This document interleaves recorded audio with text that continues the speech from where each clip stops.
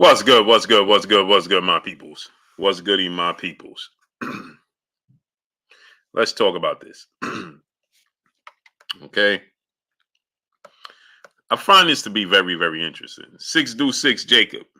Y'all must have forgot. Straight Gate Trey. Lost Sheep. Kennedy Lindahl. Matrix 7. Mike G. Garnett Donaldson. Bionic Prince. What's good? Michael Manning. Mike G. My brother. Elijah Nadon. What's good? Trayvon Allen. All Funny Videos. A.K. Crowder. Matrix 7. What's going on, great brother? Man,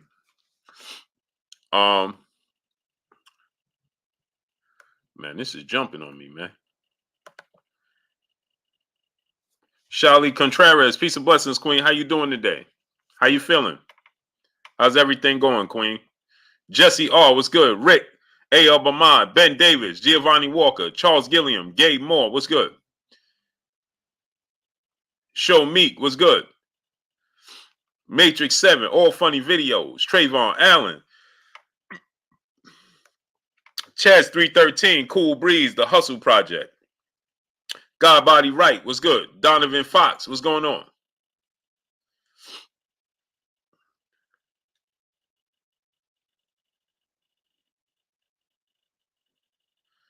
Ruben Gutierrez, Cool Breeze, Gabe Moore, what's good? Giovanni Walker, what's good?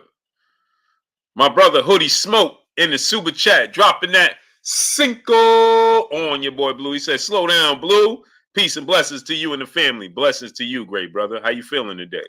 Where you at? Driving them trucks? Straight Gate Trey, my brother in the super chat, dropping that Cinco on your boy Blue. He said, ring the doorbell, wipe your feet, family. Hit the like button. Facts. Peace be free. T-Stone. Herman Witherspoon. Grimmy Taylor. Jam Hole 88. What's good? Texas. What's good? So I wanted to talk about this, right? Because I get this every single day in my inbox. JJ Short Deuce was good. Texas was good. Every day in my inbox, every single day, somebody comes to me and they say, why you don't say Shakur versus Devin? Brandon McGee, what's good, my brother? The world is yours, what's good? Robert Williams, what's good? Every single day, hey, you don't never mention Devin and Shakur. You don't never mention Devin and Shakur. And so I came to the understanding and the realization that fans are now attempting to use Shakur Stevenson and that great brother's great talent. Okay, Just Being E was good. Sylvester Solomon 2011 was good. Right? I've come to an agreement that the fans are attempting to use Shakur Stevenson's great talent because they know he's a great talent. Okay, they know Shakur Stevenson's talent is through the roof. They know his talent is unworldly. They know his talent is arguably the greatest talent in boxing right now, right? You can make a case for Shakur Stevenson against anybody. Brian Deuce 4 was good. And the fans know this, right? And so now, not that they shouldn't fight. Martin Smith was good. Not that they shouldn't fight, right? But in the manner in which they're attempting to use Shakur Stevenson's name, okay, they're using it as a roadblock. Jorge Luis Colon Pagan was good, great brother. They're using Shakur Stevenson's name and it's in a disrespectful manner. Cinnamon Savage was good because you're using Shakur Stevenson's name, okay, as a defense mechanism. You're not using Shakur Stevenson's name because you actually want to see Shakur versus Devin Haney. Curly J was good. You're using Shakur Stevenson's name because you believe that Shakur Stevenson's talent matches that talent of Devin Haney, and you feel like he's the one that derailed Devin Haney. So you offset the whole notion and conversation about Devin Haney and Gervonta Tank Davis. Okay? Okay? 8 was good. Tristan was good. And Shakur Stevenson versus anybody. Senzo, South Africa. Punch Drunk 412 was good. Shakur Stevenson's talent versus anybody, it matches up with any and everybody in the sport of boxing right now. Forrest Winston was good. That's what it does. Los Angeles Times was good.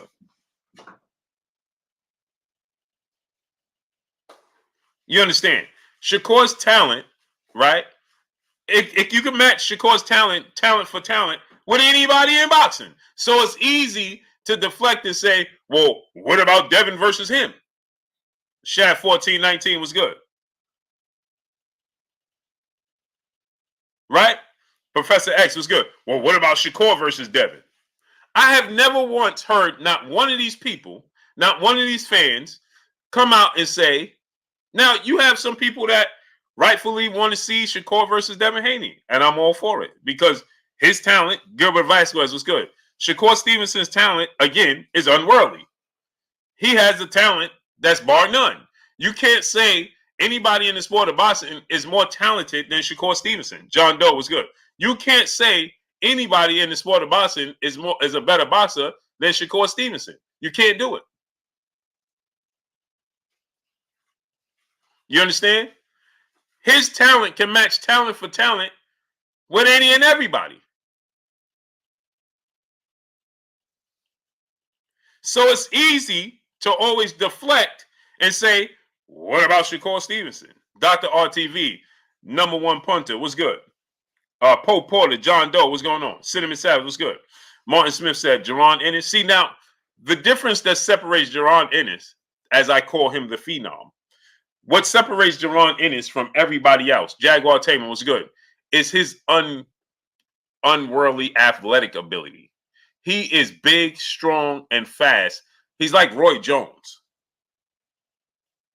You understand? See, Roy Jones, what separated Roy Jones from the conversation with Floyd Mayweather, Oscar De La Hoya, Trinidad, and the fighters of his era, Pernell Whitaker, and the heavyweights like Lennox Lewis, Evander Holyfield. The thing that separated Roy Jones, Jaquan Demise, what's good, great brother? How you feeling?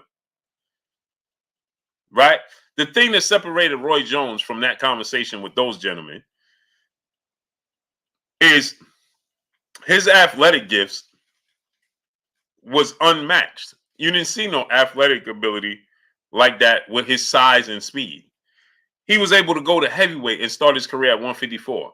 That is Jerron Boots Ennis. Tip Bayless was good.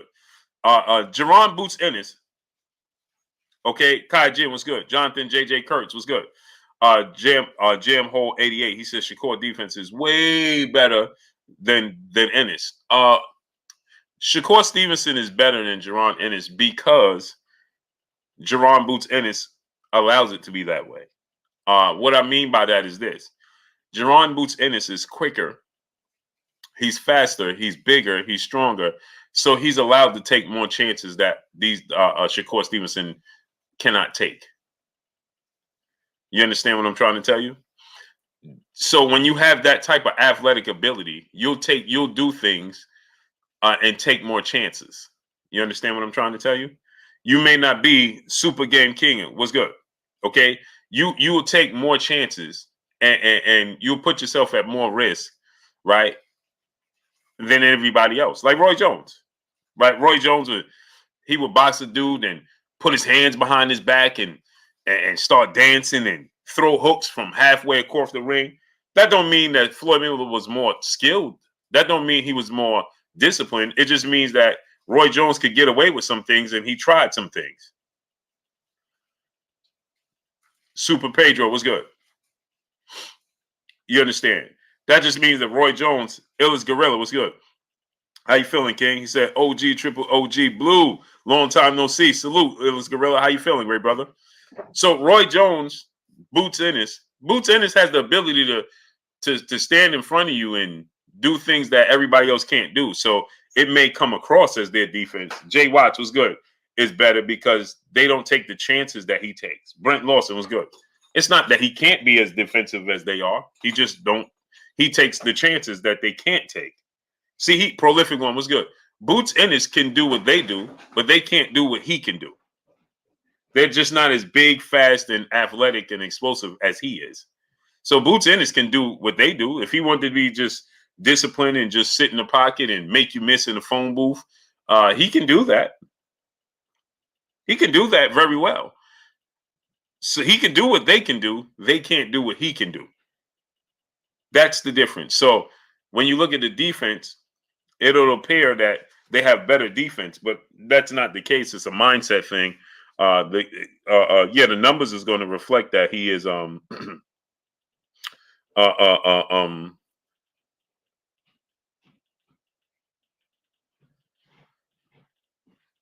the numbers are going to reflect that they have the percentages of getting hit. Yeah, because he's just taking chances. It's not that he can't. It's just that he don't care to. You understand? I could take the chance. It's like this, right? For instance, it's not that Steph Curry is a better shooter per se than his brother Seth Curry, right? It's just that Steph Curry, because he can, he'll pull up from the logo, where Seth Curry will say, "I ain't gonna take that chance. I'll just." If you look at the numbers, Seth Curry has a better shooting percentage historically overall in their careers than Stephen Curry. So his brother Seth Curry has a better shooting percentage than Steph Curry. But Steph Curry is actually a better shooter than Seth Curry. The problem is, the difference is that Seth Curry will take he's going to take disciplined shots, where Steph Curry is going to take shots that the world is yours was good. That he can take chances. So he'll pull up from the logo with the game on the line. You understand what I'm saying? Seth Curry ain't gonna do that. He gonna take a high percentage. Southwest Dice was good. He gonna take a high percentage, high discipline shot. That's the difference. Hoodie Smoke, my brother in the super chat, dropping that Cinco on your boy Blue. Yes, sir. I'm in Atlanta today. Was up by the Bronx this weekend. Always watching and supporting you, Royal Blue. Hate these new hecklers that come in here. Salute to my brother Hoodie Smoke, man. Be safe out there, great brother. Blessings to you, man. Safe travels and blessings. Chris Brooks was good. Eric Salazar, my brother, in the super chat, he says, "Salute, fam. Salute to you, great brother. It was a pleasure having you on yesterday, just so you know that.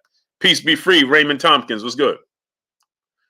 He said Ray Allen is the best shooter ever. No, I have to say Steph Curry is the best shooter ever. The difference is Steph Curry takes more chances than Ray Allen.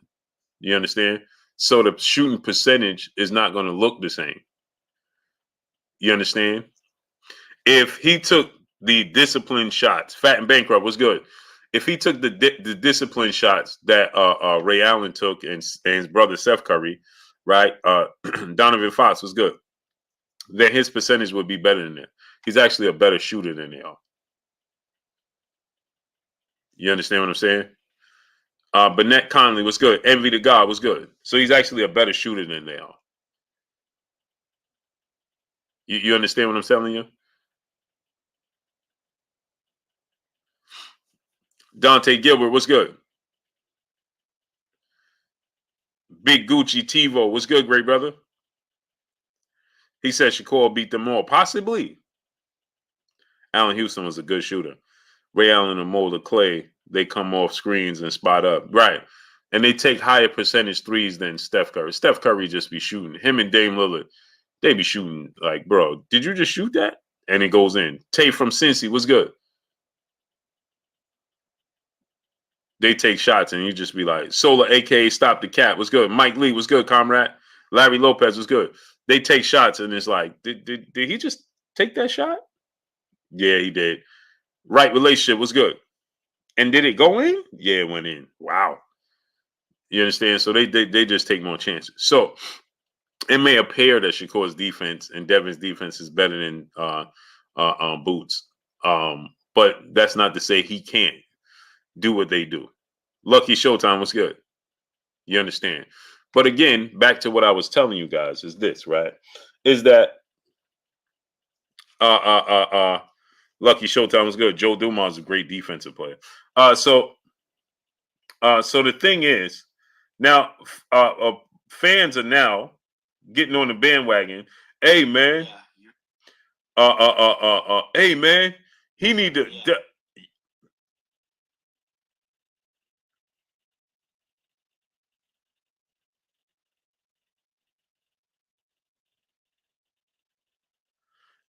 He need to Preacher Joe was good. Michael Harvin was good. Light skin business was good. Yeah, Dame do the same thing as stuff. It's just that Steph started doing it first.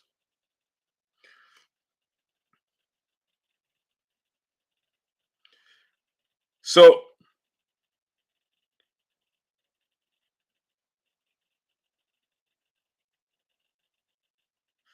now Via Ferrer was good.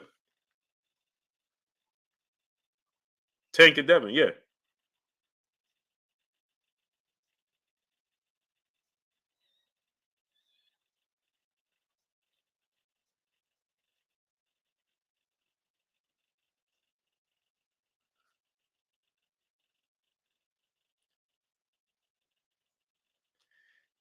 Right? Reggie Miller was a bad boy. Oh yeah, he was. Boston True Serum was good. So I am 10 and I'm black. Oh, you're 10 years old, Super Game King? Blessings to you, man. So now I'm seeing a lot of people, and rightfully so. Wayne Witherspoon was good. Rightfully so. I see some people that actually truly want to see Devin Haney versus Shakur Stevenson. You understand what I'm saying? And I'm all for it because I want to see it too. Kai Jin was good. I don't like the fact that people are using Shakur Stevenson's talents to deflect from fighting Tank Davis. That's what I don't like. You understand? T Bugs was good, great brother. I don't like that people are saying, hey man, hey man,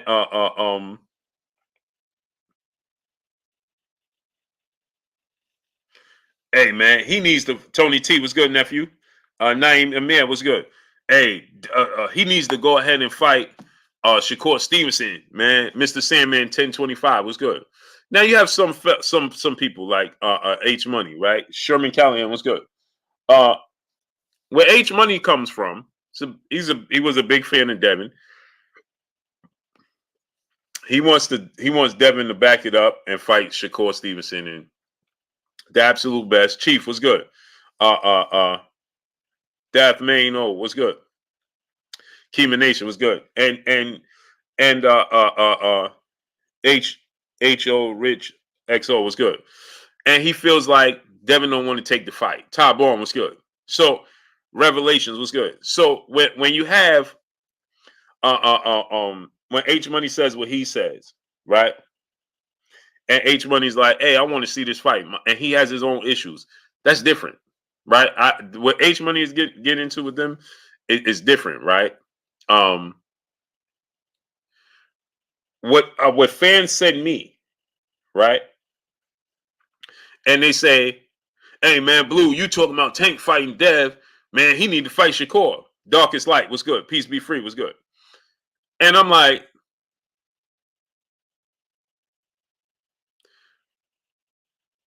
wait a minute.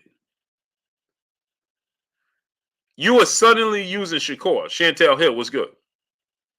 As a pawn.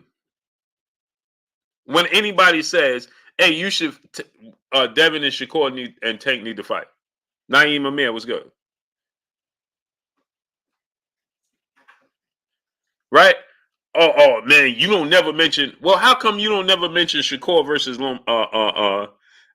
Ryan Garcia? Has anybody heard anybody say that? Charles Gilliam was good. That Shakur needs to fight Ryan Garcia. Nobody says that.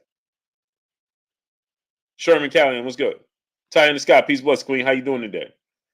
Right? Nobody ever mentions Shakur needs to fight Ryan Garcia. Shakur needs to fight Ryan Garcia. Trice 1983 was good. Nobody says that. Nobody mentions that. Nobody thinks about that. Nobody says that. Hey, Shakur needs to fight Teofimo Lopez. Shakur needs to fight Regis Prograis. Chua Coronado was good. Shakur needs to fight Josh Taylor. Nobody says these things. Suddenly, it became a thing that Shakur needs to fight Devin Haney. Now, granted, Shakur wants the belt, and Shakur has a lot of respect for Devin Haney, and he says Devin Haney is the best in the division. He got all the belts. I need them belts. I understand Shakur Stevenson 1,000%. Just like Devin Haney, Chuck was good. Shakur Stevenson has been calling out the absolute best there is to offer, just like Devin Haney. OPJ 5E was good. Just like Devin Haney, Shakur Stevenson has been calling out the absolute best there is to offer. He wanted the Lomachenko fight. He just told Errol Spence, I'll take the fight with Frank Martin. Make it happen. Right? Super Gamer King, blessings. I appreciate you. Love you too, brother. Right? He said, I'll fight Devin Haney. I'll fight Tank Davis tomorrow. Right? Memphis Man was good. I'll fight Lomachenko. I'll fight Lomachenko even if he loses to Devin Haney. I'll fight George Kambosos. I'll fight against the ropes with Big Dose. Was good. I'll fight Isaac Cruz tomorrow. Shakur Stevenson is the same exact way as Devin Haney. He is. Randall 700 was good. Dallas Gold was good. You understand? Shakur want all the smoke. He wants to smoke with Devin Haney. He want them belts. And he believe he can win. And he possibly could win. He want all the belts. He wants all the smoke. He wants all the belts.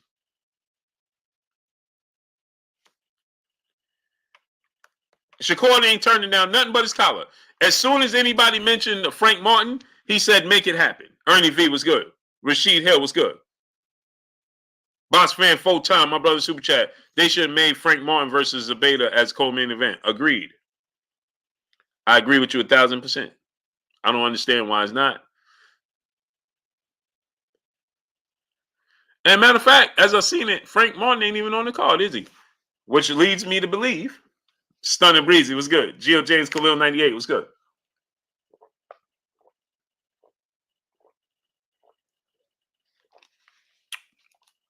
Is Frank Martin on Tank card?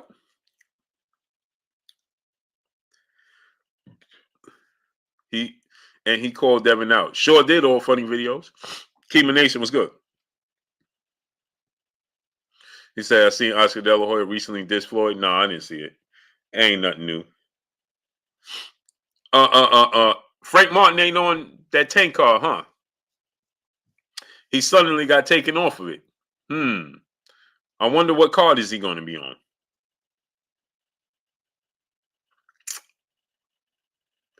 FSU, I got clips. It was good. So Frank Martin, things that make you go, things that make you go, So Frank Martin is no longer on that card. Rodriguez Johnson was good. He ain't on that card no more, huh? So what card you think he gonna go on?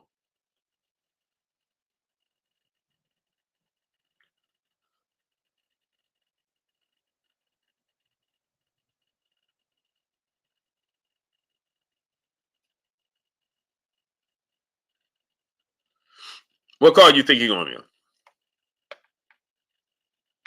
Do you think it's a coincidence that suddenly Frank ain't coming back in April? I'm just asking for a friend. Do y'all think that's a coinky dink? Do you think it's a coinky dink? I'm just asking for a friend. So who you think he will be fighting? Cruz? Who will be fighting? Frank Martin? I hope he fight Isaac Cruz. Isaac Cruz versus Frank Martin, co-main event, Terrence Crawford, Errol Spence. Make it happen. And the weekend after or the weekend before, whatever, June 10th, make Keith Thurman versus Boots Ennis. Make it happen. Man, they play zero defense in the NBA these days, huh? LeBron James just went down the lane. There was zero resistance. Larry Lopez was good. So, wonder why Frank Martin is not on Tank Davis card. At $150 was good. Frank Martin versus Cruz is an amazing fight. Oscar called Floyd for claiming that Ryan is a YouTuber because Ryan had over 200 amateur bouts. Well, Oscar De La Hoya misspoke. He drastically misspoke because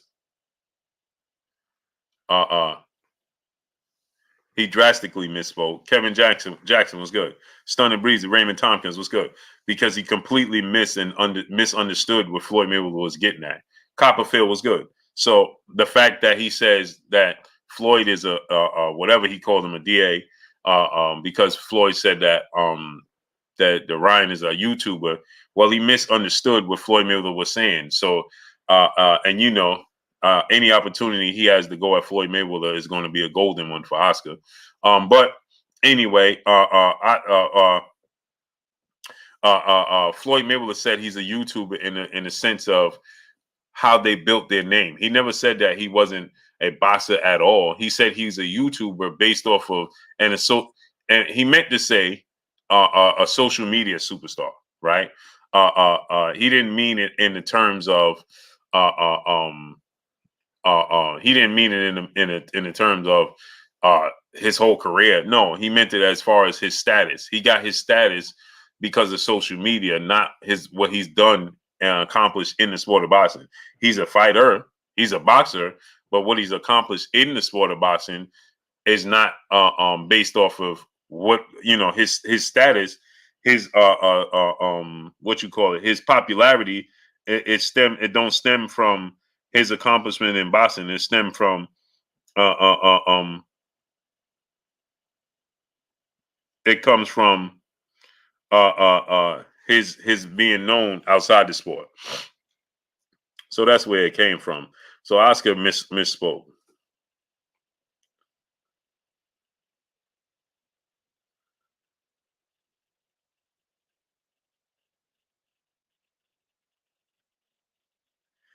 But we know, yeah, Eric Salazar, yeah, he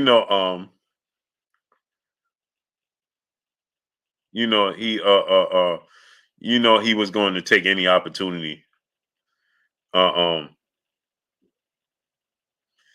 He was going to take any opportunity he could. Did you know that Black Man created video games? Yeah, I know. Black Man created a lot of things, most things, and they don't get credit for it.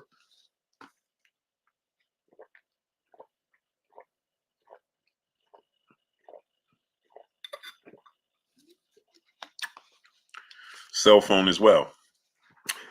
Hope now, what's good, great brother? Carlos Burrell was good. Mr. VA Fitted was good. Ryan hasn't accomplished anything in boxing. Right, he hasn't. He has not accomplished anything in boxing. He just hasn't. There's no knock against him. He has talent. And let me tell y'all this. I found a newfound respect for Ryan Garcia after listening to this interview he did. Big Sarge 31 was good. WBO has to explain how the mandatory between Roca and Bud isn't happening. Because Terrence Crawford satisfied his mandatory with Sean Porter. So now that you mention it, it is time for him to his other mandatory, right?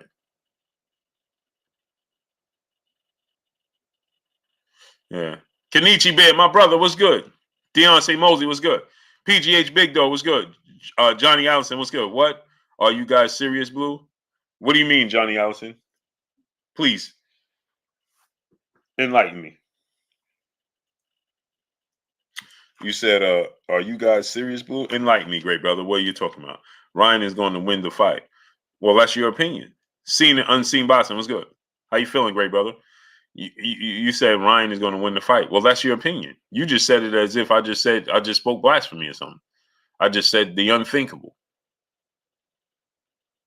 You know what I'm saying? Because I say that Tank gonna win the fight. You just said it as if I just said something that's completely the unthinkable. You can't even fathom the fact that I just said what I said. God's greatest, boxing dad, Dwayne Mushanan was good. At the end of the day, Tank Ryan is more about the bag, Blue. This is all facts. Buddha Facts was good. He said Ryan is going to win. Hey, I don't have no problem with y'all saying that. Maya Egypt, peace, bless, queen. How you doing today? Gramacey Bull was good. I can disagree. I disagree.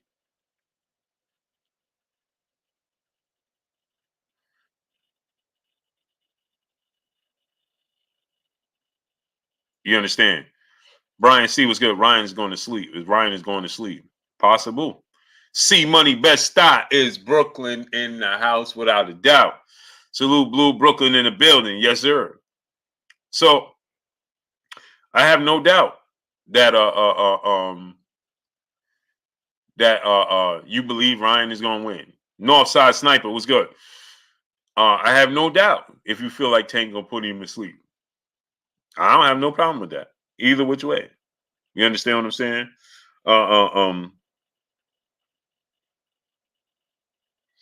I have no problem with you believing that. Speed kills and he hit harder. And he hit hard. Yeah, he does hit hard. Timing beats speed. You understand? Charles Edward Cheese in the building. What's good, my brother? Charles Edward Cheese in the building. What's good with you, Cheese? I was just inside the square circle. My brother King Judah was good. He said, salute people definitely trying to deflect Devin to Shakur to protect Tank. This is how I feel. The future was good. Otis the Great was good. Charles Gilliam was good. So, Cheese, this is my problem, right? My inbox gets filled up. And Foka in my inbox. Caleb Niels is good. Foka in my inbox, right? And Foka like,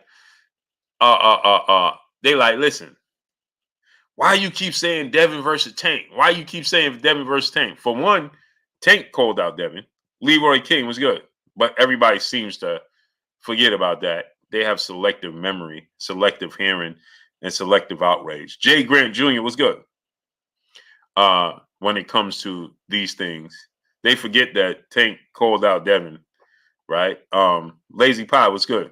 That gets completely overlooked as if it never even happened when you can hear it multiple interviews. But no problem.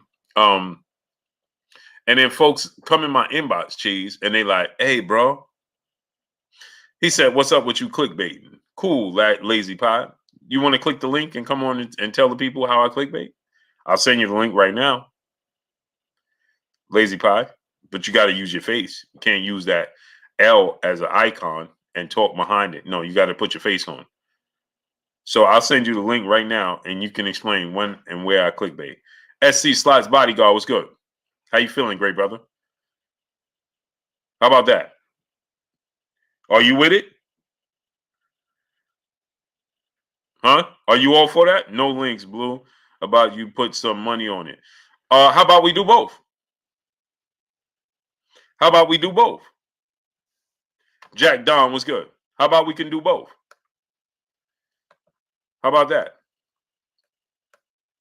Lazy Pie, we can do both. Tony T, what's good with your nephew? Dropping that Cinco on your boy Blue. He said, click the link. Yeah, click the link. I'll put the link in there. 400 was good.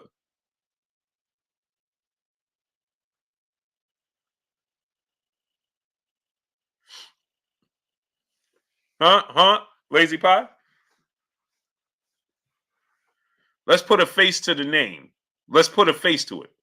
Matrix 7 was good. He said, we show mad love to you, Blue, in Dallas, Texas. Plus, Tank gonna stop Ryan on my mama. Hey, I love Dallas, Texas, man. Beautiful place, man. S. Calhoun, Tex Rock, what's good, great brother? How you feeling? Cheese, he said, I'm telling you, bro, AI is about to make live things and human error sought after. Oh, for sure. Solomon Walker was good. For sure. Jose Ace Vito was good. Shakur is calling Devin. That's the point. Shakur is also calling out Tank. Why did you overlook that? Hood champion boxing and sports was good. He's also calling out any and everybody. But y'all like to highlight the fact that he said Devin Haney's name. As if he said no other names. You would think the only name he called out was Tank's. I mean, Devin Haney. H Entertainment 19 was good. A1 Hoops on my brother Manuel H in the building. What's good with your A1? You would think the only name Shakur Stevenson said was Devin Haney's. As if he hasn't been calling out Tank. As if he hasn't been calling out other people. Has he not?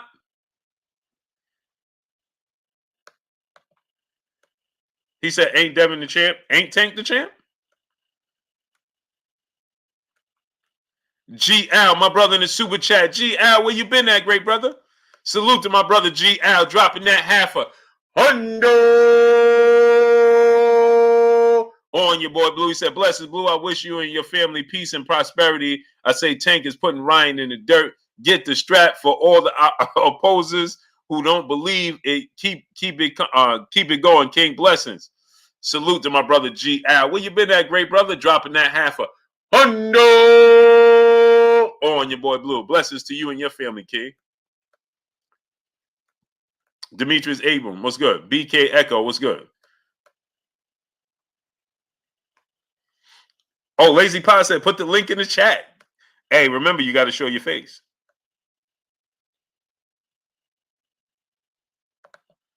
You got to show your face, Lazy Pie.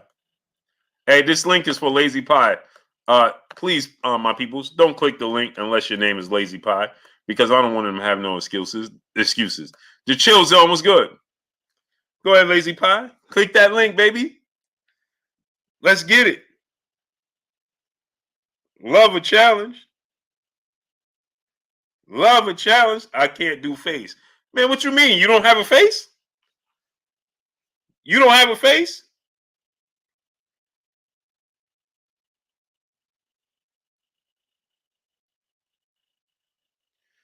Dude said I can't do face. You don't have a face, brother?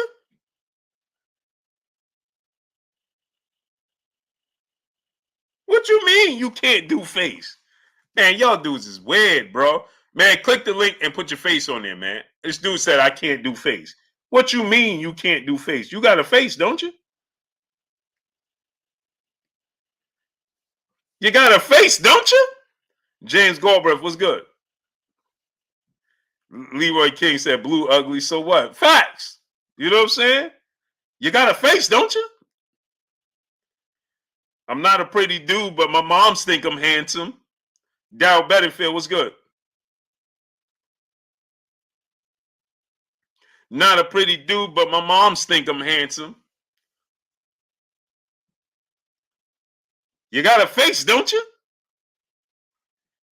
I'm okay with that. King Jose 410 was good. Rodell Rose was good. You know what I'm saying? And fun fact, that's what my mother called me. Carlos Burrell was good. If I call my mother right now, she gonna say, handsome? That's how she gonna respond. I could bet you $100 right now, anybody in the chat. If I dial my mother right now, she gonna say, handsome? Guaranteed. I guarantee.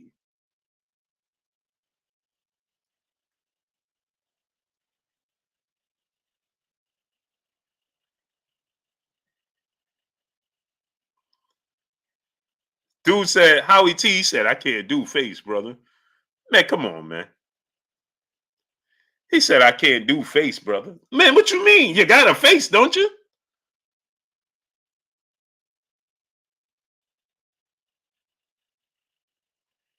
You got a face, don't you? Tat, what's going on, Tat?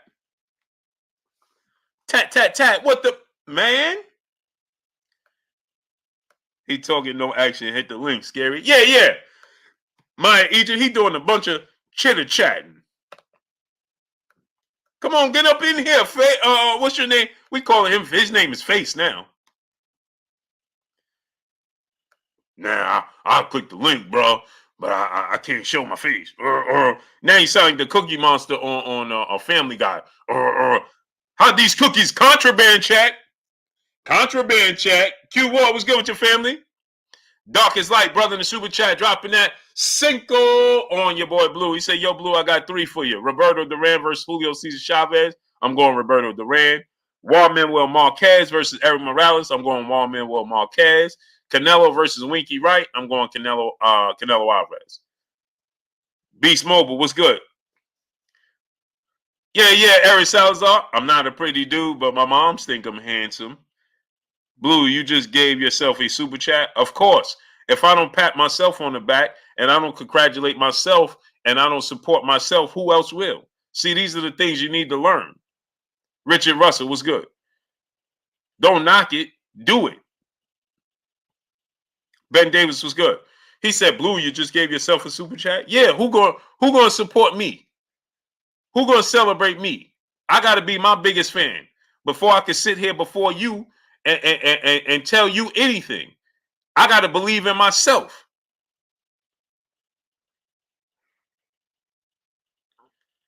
I got to believe in myself. So, yeah, of course I sent myself a super chat, brother, because I believe in myself. I pay myself every day, every week. Do you go to the store and buy yourself something? Rough Hearts was good. Mark Wunderlich, my brother, was good. You understand what I'm saying? SC Slots Bodyguard, you dig what I'm saying? When you go to the mall, do you buy yourself something? Or do you wait for somebody else to buy you something? Stanley Bailey, my brother, what's good, great brother? QY Dub Network, my brother. Hey, bro, did you just super chat yourself? Of course. It's just like when I get paid, I put the money in my own pocket. Should I put it in somebody else's pocket? Mr. Psychics was good. Physics was good. He said, you just taking yourself 30%, not so smart guy. No, it has nothing to do with that. Not so smart guy. It's called sacrificing for my journey. So let me ask you a question. Not so smart guy. When you go to the store, do you tax yourself? Right? You get taxed when you go to the store, don't you? You go buy yourself from the store and they take taxes out your money, right? Well, in all reality, you don't need to go to the store to do anything. You could grow your own food. You can make your own clothes, but you take your money, go to the store to buy yourself something, and they take taxes out of it. Mr. Charismatic was good. So essentially, you tax yourself. Not so smart guy. Because if you truly didn't want to tax yourself, you go make your own food, grow your own food, make your own clothes, but you don't do none of that. Now, do you? You take that money that you earned and you go and spend it on yourself and they take taxes out of it. Silly. Just like if I pay myself here, they're going to take taxes out of it. Silly. Oh, yeah, Q Ward, for sure we doing that. Rodell Rose, my brother in the super chat, Rose dropping that Cinco on your boy Blue. He says Shakur mad skill, but do you think he can take a clean tank hit? I don't think nobody can take a clean tank hit. I don't think nobody could take a clean tank hit. I wouldn't advise anybody to do that. That's not a smart move.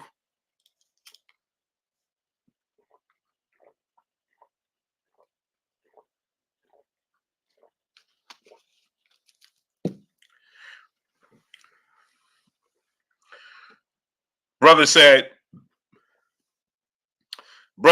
hey, you taxing yourself. Okay, well, let me ask you a question. Have you ever eaten in a restaurant? Since you tried to use my words against me, not so smart guy. Hey, do you ever eat at the restaurant? Mr. Physics, have you ever ate at a restaurant?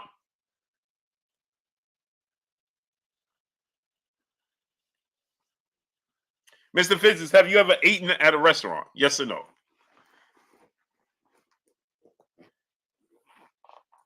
You ever ate at a restaurant? Why? You taxed yourself to do something you could have did for free. You spent your money on food that you could have cooked at your house for free. Why is that?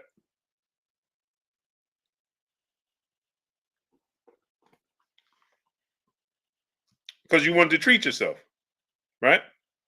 So you didn't worry about the check. He said that's different. What's different about it? I just paid myself for my hard work and it got taxed, just like the rest of the family. Like Rodell Rose just sent me that simple super chat and they taxed him. He can send it to my Cash App and then nobody gets taxed. But he did it to show his appreciation here.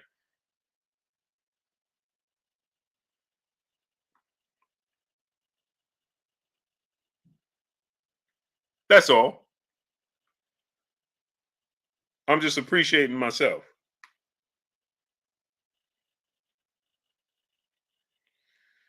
That's all.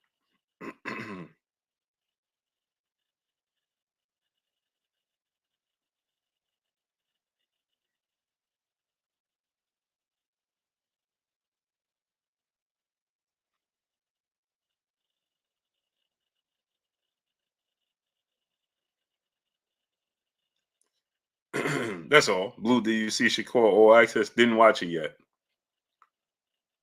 I didn't watch it yet. There's nothing wrong with it. Just not smart. That's all, Big Blue. Understand what you're saying. I understand what you're getting at. I understand. Keep it in me pocket. Cash at myself. I understand what you're saying, great brother. I completely understand. $1 trillion dream Deuce was good. I understand where you're getting at. I completely understand, and I respect that. I understand that.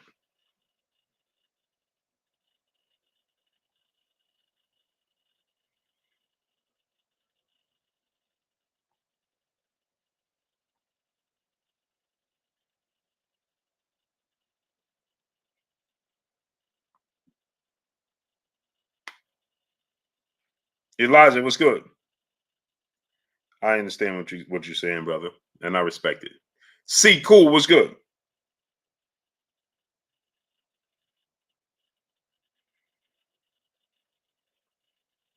So now, what I was saying was this, though, right? Oh, wait. See, me and Mr. Physics started having a nice civilized conversation, and the other brother felt the need to just slide on off. Oh, no. Don't think you're getting off that easy, great brother. Oh, no, sir. Oh, no, sir. Oh, no, sir. Do you think you're getting off that easy? What's good with you, Yeah, bro saying he ain't got no face. Blue on Eminem stand. What's good, great brother? Oh, no. He slid off into the back, faded into the back. Like he thought that we forgot about what he said. You understand? No. The link is there, great brother. Click the link. You got a face, don't you? You got a face, brother. Click the link. Come on here and tell it. He said, hey, no, put money up. We could do both. Why can't we do both, great brother? Why can't we do it like gentlemen? Come on here and we could do both. You understand what I'm saying? Bro, tell you, I can't do face. You can't do face. You got a face, don't you? How you typing? You're looking at my face, like you said. Hey, the bro is ugly. Well, I'm not a pretty dude, but my moms think I'm handsome. Weedy Gonzalez was good. As a matter of fact, as I told you, that's what she called me, handsome. If I call my mother right now on speakerphone, she gonna say, handsome? That's what she gonna say. So you ain't gotta think I got a pretty face. You understand? Not a pretty dude, but my moms think I'm handsome. That's all that counts. You understand what I'm saying? Jeff Spark, what's good, great brother? How you feeling? Queens in the building. Salute to Queens. You understand what I'm saying? So that's all that counts. My mom think I'm handsome. Hey, man, I'm good. You understand? Wife think I'm handsome. Your wife think I'm handsome. Hey,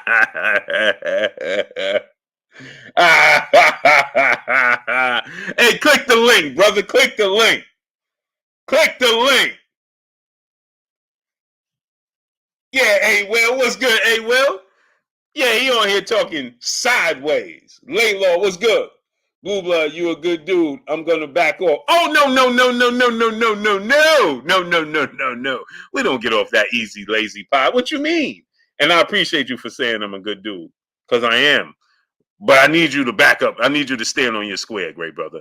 I need you to don't back up. What you mean you backing up now? Don't back up. Addison Pinckney was good. You gotta stand on your square, great brother. He said, call my Deuce. You don't believe me? I kid you not. My Deuce gonna say, handsome? You don't believe? Let me listen. Let me let y'all hear this. No joke. No joke.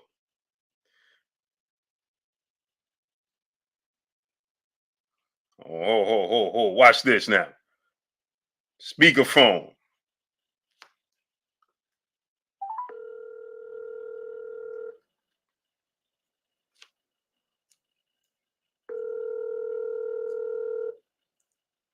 Handsome, can you hear me? I sure can, Ma. What'd you say? Can you hear me, man? I can. I just was telling the people. I was just telling the people what you was gonna say when I call you, Ma. What? Handsome. Yeah, that's it. That's all I wanted to. That's all I wanted to do. You're my handsome son. You know that. Absolutely. So I'm gonna call you back when I'm done, mommy. Okay, because I'm washing my hair. Okay. I love you. I love you too. Mwah. Mwah. Tried to tell you. I tried to tell you. I don't lie. I don't lie. SVN Grams was good. Herman Witherspoon. Tried to tell you. I ain't making it up. Guillermo Maldonado was good. I tried to tell you. All true. Y'all know this is all true. Student 7 teacher was good. Hey, man, I tried to tell y'all. Man, y'all be thinking I'll be making up stuff. I don't sit here and make up stuff, man. I don't do it, man. I don't do it. But yeah, but Rodell Rose, I don't suggest that Tank and anybody takes a flush hit from Tank. As a matter of fact, nobody can. As we saw, Mario Barrios got hit clean by Tank, and he was doing all this here. He hit the canvas 3 times, got stopped, got up, did the new version of the Harlem Shake, went back down. He did all that when Tank hit him. And then he moved up to welterweight. He fought against Keith Thurman, and he ain't never touched the canvas. Inside the square circle, man. Yeah, I'm sorry to hear that, great brother. Sorry to hear that. Lazy Pie, brother in the super chat, said, Blue, wow, you know your peeps. For sure. I'm trying to tell you, man.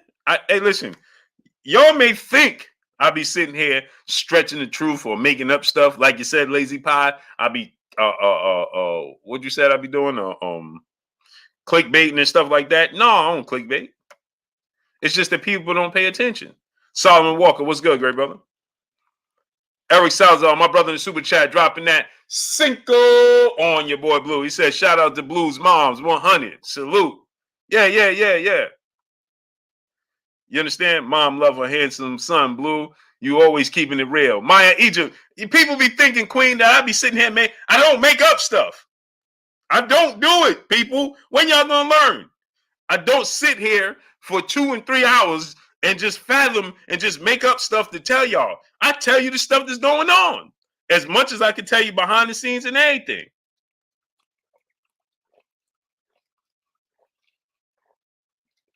I keep it a hundo. Yeah, Maya Egypt, he did the Harlem Shake. Tyler Donnelly, what's good, great brother? He did the Harlem Shake, show the face. Oh, what's good? I wish I had mommy and daddy Blue. Blessings to your soul, great brother. Blessings to you, man. He said, Brian C said, Blue, the Coach Calvin interview was old.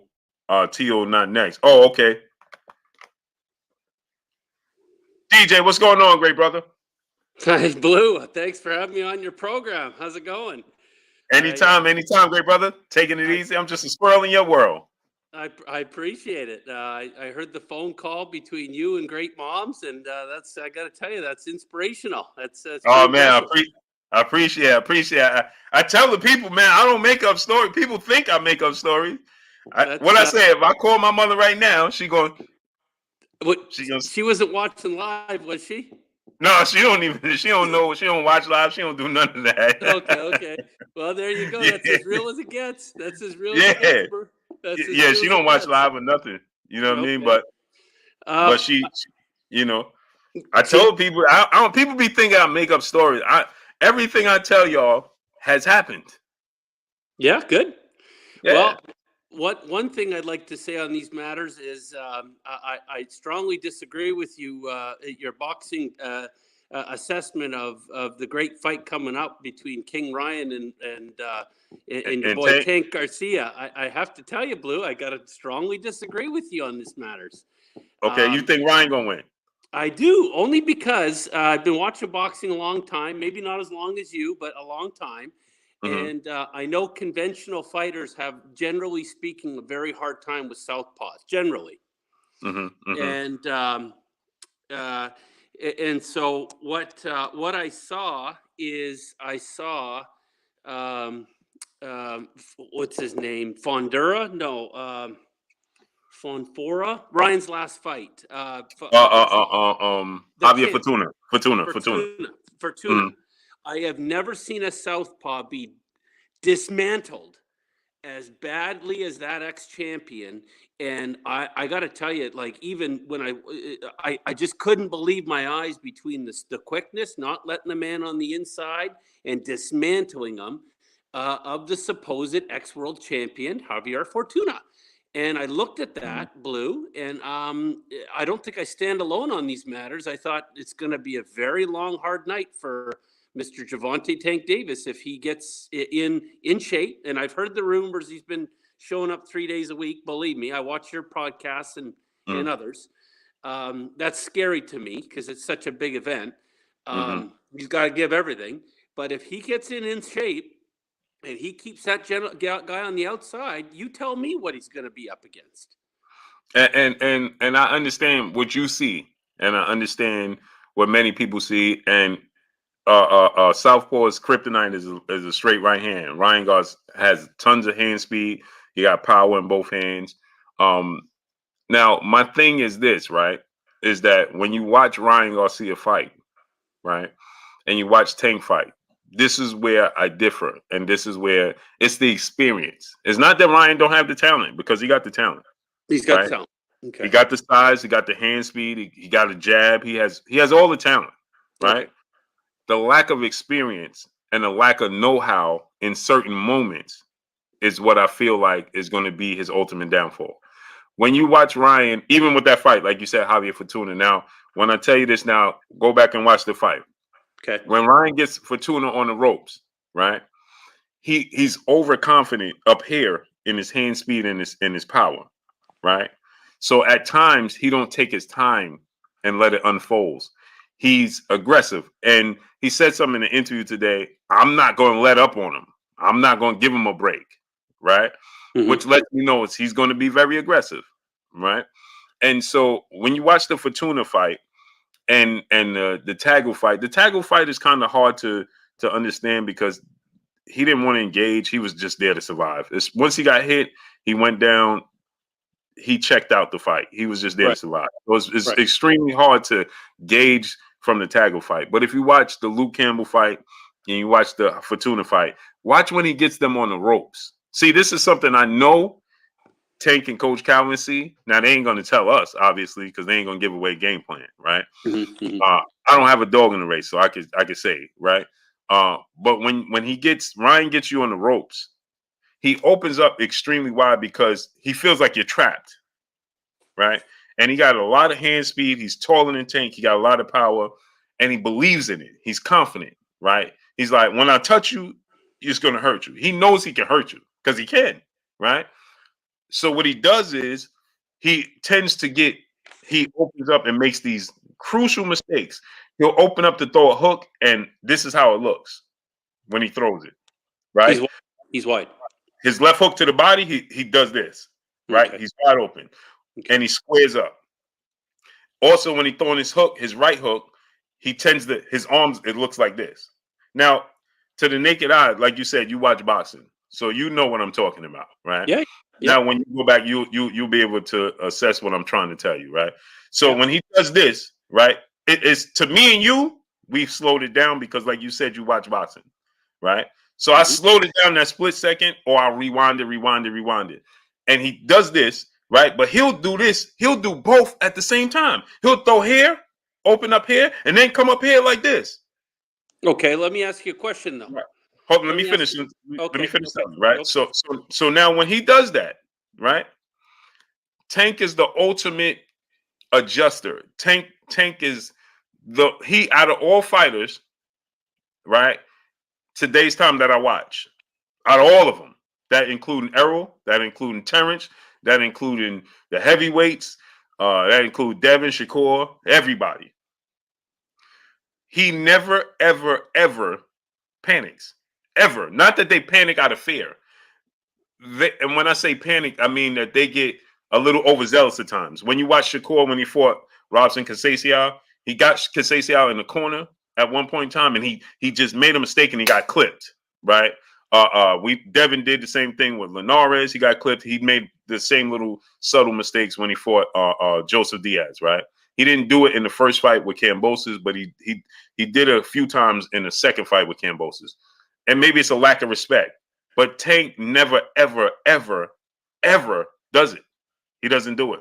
So he slows the fight down.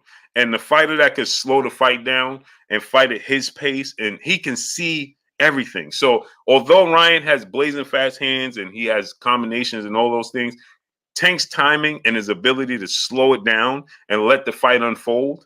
When Ryan makes that mistake, he'll make him a couple of times, and Tank is going to let him get away with it. It's just like he let Leo Santa Cruz get away with it, because it gives you a false sense of confidence that you could do it again. Because maybe at the time when he first saw it, he wasn't ready to strike. You understand? It's like a snake. You see the cobra and they sit in front of you and they see a moment. You ever see what a cobra do? Like they do a little faint, right? They seen that opening that they get it, but they ain't sure they could actually get you yet. So they wait until they feel like they're close enough to, then they strike, right? And you don't even see it. That's Tank. So when he sees Ryan do it, and he's going, I mark my words, he's going to let himself go back to the ropes. He's going to fight off the back foot. He's going to let Ryan come, similar to what he did with Rolly, right? Now Ryan is going to be more cautious to not run into the punch that Rolly ran right into it, right? Yeah. Leo Cruz just stood there and took it. Ryan is not going to do that. But what he is going to do is he's going to open himself up wide and right down the middle with either right hand or uppercut. Tank is going to strike, and it's going to completely, it's going to get him. Oh, go ahead. What you going to say? Yeah, just a couple of things on these matters. If you see the Rolly fight and if you see the Leo Santa Cruz fight, those two fights you just alluded to, they were inside the game. They were going right after Gervonta. They were not trying to keep him on the outside. They were like mano to mano, man. Let's do it. Let's see what you got. And that is the wrong way to fight Gervonta. But if you see the way that Ryan, and I will watch the Fortuna fight again, as you suggested, but he kept this dude right on the outside. And I personally believe that the Goosen camp is going to say, do not fight angles with this guy. You keep him on the outside of your punch. You have an unlimited wingspan against Gervonta. He's got to come inside. You keep this guy on the outside. You cut him up, and you throw that right hand like you did against Fortuna and cut him up. That's the way I'd see it. If I was in his corner, that's what I would be telling the guy. But we'll see. If you're saying that he's going to get it. And what you're saying is correct, right? It's what he's supposed to do. Yeah. But it's not actually what he's going to do, because once he's in the fight and his momentum gets going and the atmosphere and the pressure, see. And I have a newfound respect for Ryan today. I watched two interviews that I never watched. I think they're fairly new. One is old, one is new. I think so. I'm not sure. But he's a deeper thinker than I initially thought. I got a glimpse of who he was as a person. Okay. And I liked it. You know what I mean? Yeah. I took to it. But what I'm saying is, in the fight, he's been, and I noticed he's only going to the Goosen with Joe a few times a week, and he said it again today. I did a video about that when he said he has his own philosophy on what he sees and that can make him great. You know what I'm saying? There's athletes that's great and they see stuff and you just like, dude, you know what I'm saying? So that could make him great. That could be his X factor. But I know I watch patterns and I watch habits, right? And suddenly in this fight with Tank, he's not going to break habit. He's going to do it at some point in time. It's like Malik Scott is the ultimate trainer. I believe he's the next great trainer. Malik Scott is, and he teaches. I don't know if I've sat down with Malik and I just listened to him, and he's smoking a cigar, and I'm listening to him talking. And it's just his train of thought with the sport of boxing is like, it's none other, right? The only person I've heard like that was Emmanuel Stewart. You know what I'm saying? So I feel like he was so good. Emmanuel. He was great. So I feel like R.I.P. Emmanuel. Right. So I feel like Malik is the next great thing, right? Yeah, now he ducked that fight against. He took a dive against your boy Wilder, though. I mean, Oh, many people say that. Many people say that, but he told me, but saying this to say he can teach Deontay so many discipline and how to be disciplined, how to be technical and things of that nature, and you'll see it, right? Deontay Wilder display it at some point in time in the fight, at least 2 to 3 times. He's going to display his old habits. Now, when you display those old habits, bad habits die hard. So when you display those habits, it's muscle memory. If your opponent can take advantage of those habits, you'll revert back into who you was before, because that's your comfort zone. That's how you know how to be, right? Right. And at some point in time in this fight, no matter how disciplined of a fight, we get so. Remember now, when a fighter follows a game plan in a rematch or something like that, and you like, man, this dude did it for 12 rounds. We get so enamored with it, right? Because it's so hard to do, to become something different. You can't teach an old dog new tricks. Ryan Garcia has been practicing these bad habits and getting away with it for so long and having success that suddenly in this fight with Tank, he's not going to stay uber disciplined. He's going to resort back into that. The moment, and Tank has this uncanny ability to lead you to believe that you just had success. You see what I'm saying? These are traps. And you listen to Ryan, listen to this interview Ryan had, and Ryan said it. He said that he sets a lot of traps, Tank does, that people don't see. So Ryan is aware of it. But it's one thing to be aware of it standing on the outside and in the gym training, and it's one thing to be aware of it when you got 25,000 people screaming and millions of people watching, and the lights is on, and you understand under that environment. Okay, to be able to slow down. Let me ask you a question, Blue. Let me ask you a question. If you were in the Gervonta Davis camp, what would you tell him how to box Ryan, knowing he's going to try to keep him on the outside? You know what I would tell Ryan. So what would you say? Like, I would tell Tank to fight the same way he fought Isaac Cruz. Okay. The way he fought Isaac Cruz, utilizing movement, giving different looks, fighting on the inside, fighting on the outside, because those different looks and those different, as I like to say, changing the channel, right? And not allowing, you ever watch a movie, you're sitting there with somebody and you're watching TV and they just keep changing the channel and keep changing the channel, and it frustrates you, right? Because it's like, bro, are we going to watch something or not? Like, you just keep changing the channel, right? You never get it. And the reason you get frustrated is because you never get to settle in on anything. So it keeps your mind racing, right? So the reason Floyd give you a high guard, then he give you low guard, then he'll be low, he'll leave his hand down. He give you this because he never lets you get comfortable with what he's doing, but he's comfortable with what he does. That's why a lot of unorthodox fighters have success, because you can't get adjusted and acclimated to what they're doing, but that's just who they are. You know what I'm saying? So if I'm Tank, the way he fought Isaac Cruz, I'm giving him all these different looks, all these different angles, all these. I'm moving side to side. I'm coming forward, right? I'm that way. Ryan has to be. If you ever watch Ryan, he has to be set to throw his hooks, and he's so confident. See, when he catch you, you coming in, and he'll bang, right? Or you let him be set, like Luke Campbell let him be set. And feint, and then come in with that left hook, because you ain't gonna see it. His hands are so fast, they're so powerful, they're so heavy, and he's so precise. He arguably has the best hook to the body in all of boxing. I think Errol Spence has the best overall body attack, but and Canelo, Ryan, and Errol have, to me, the best body work in all of boxing, right?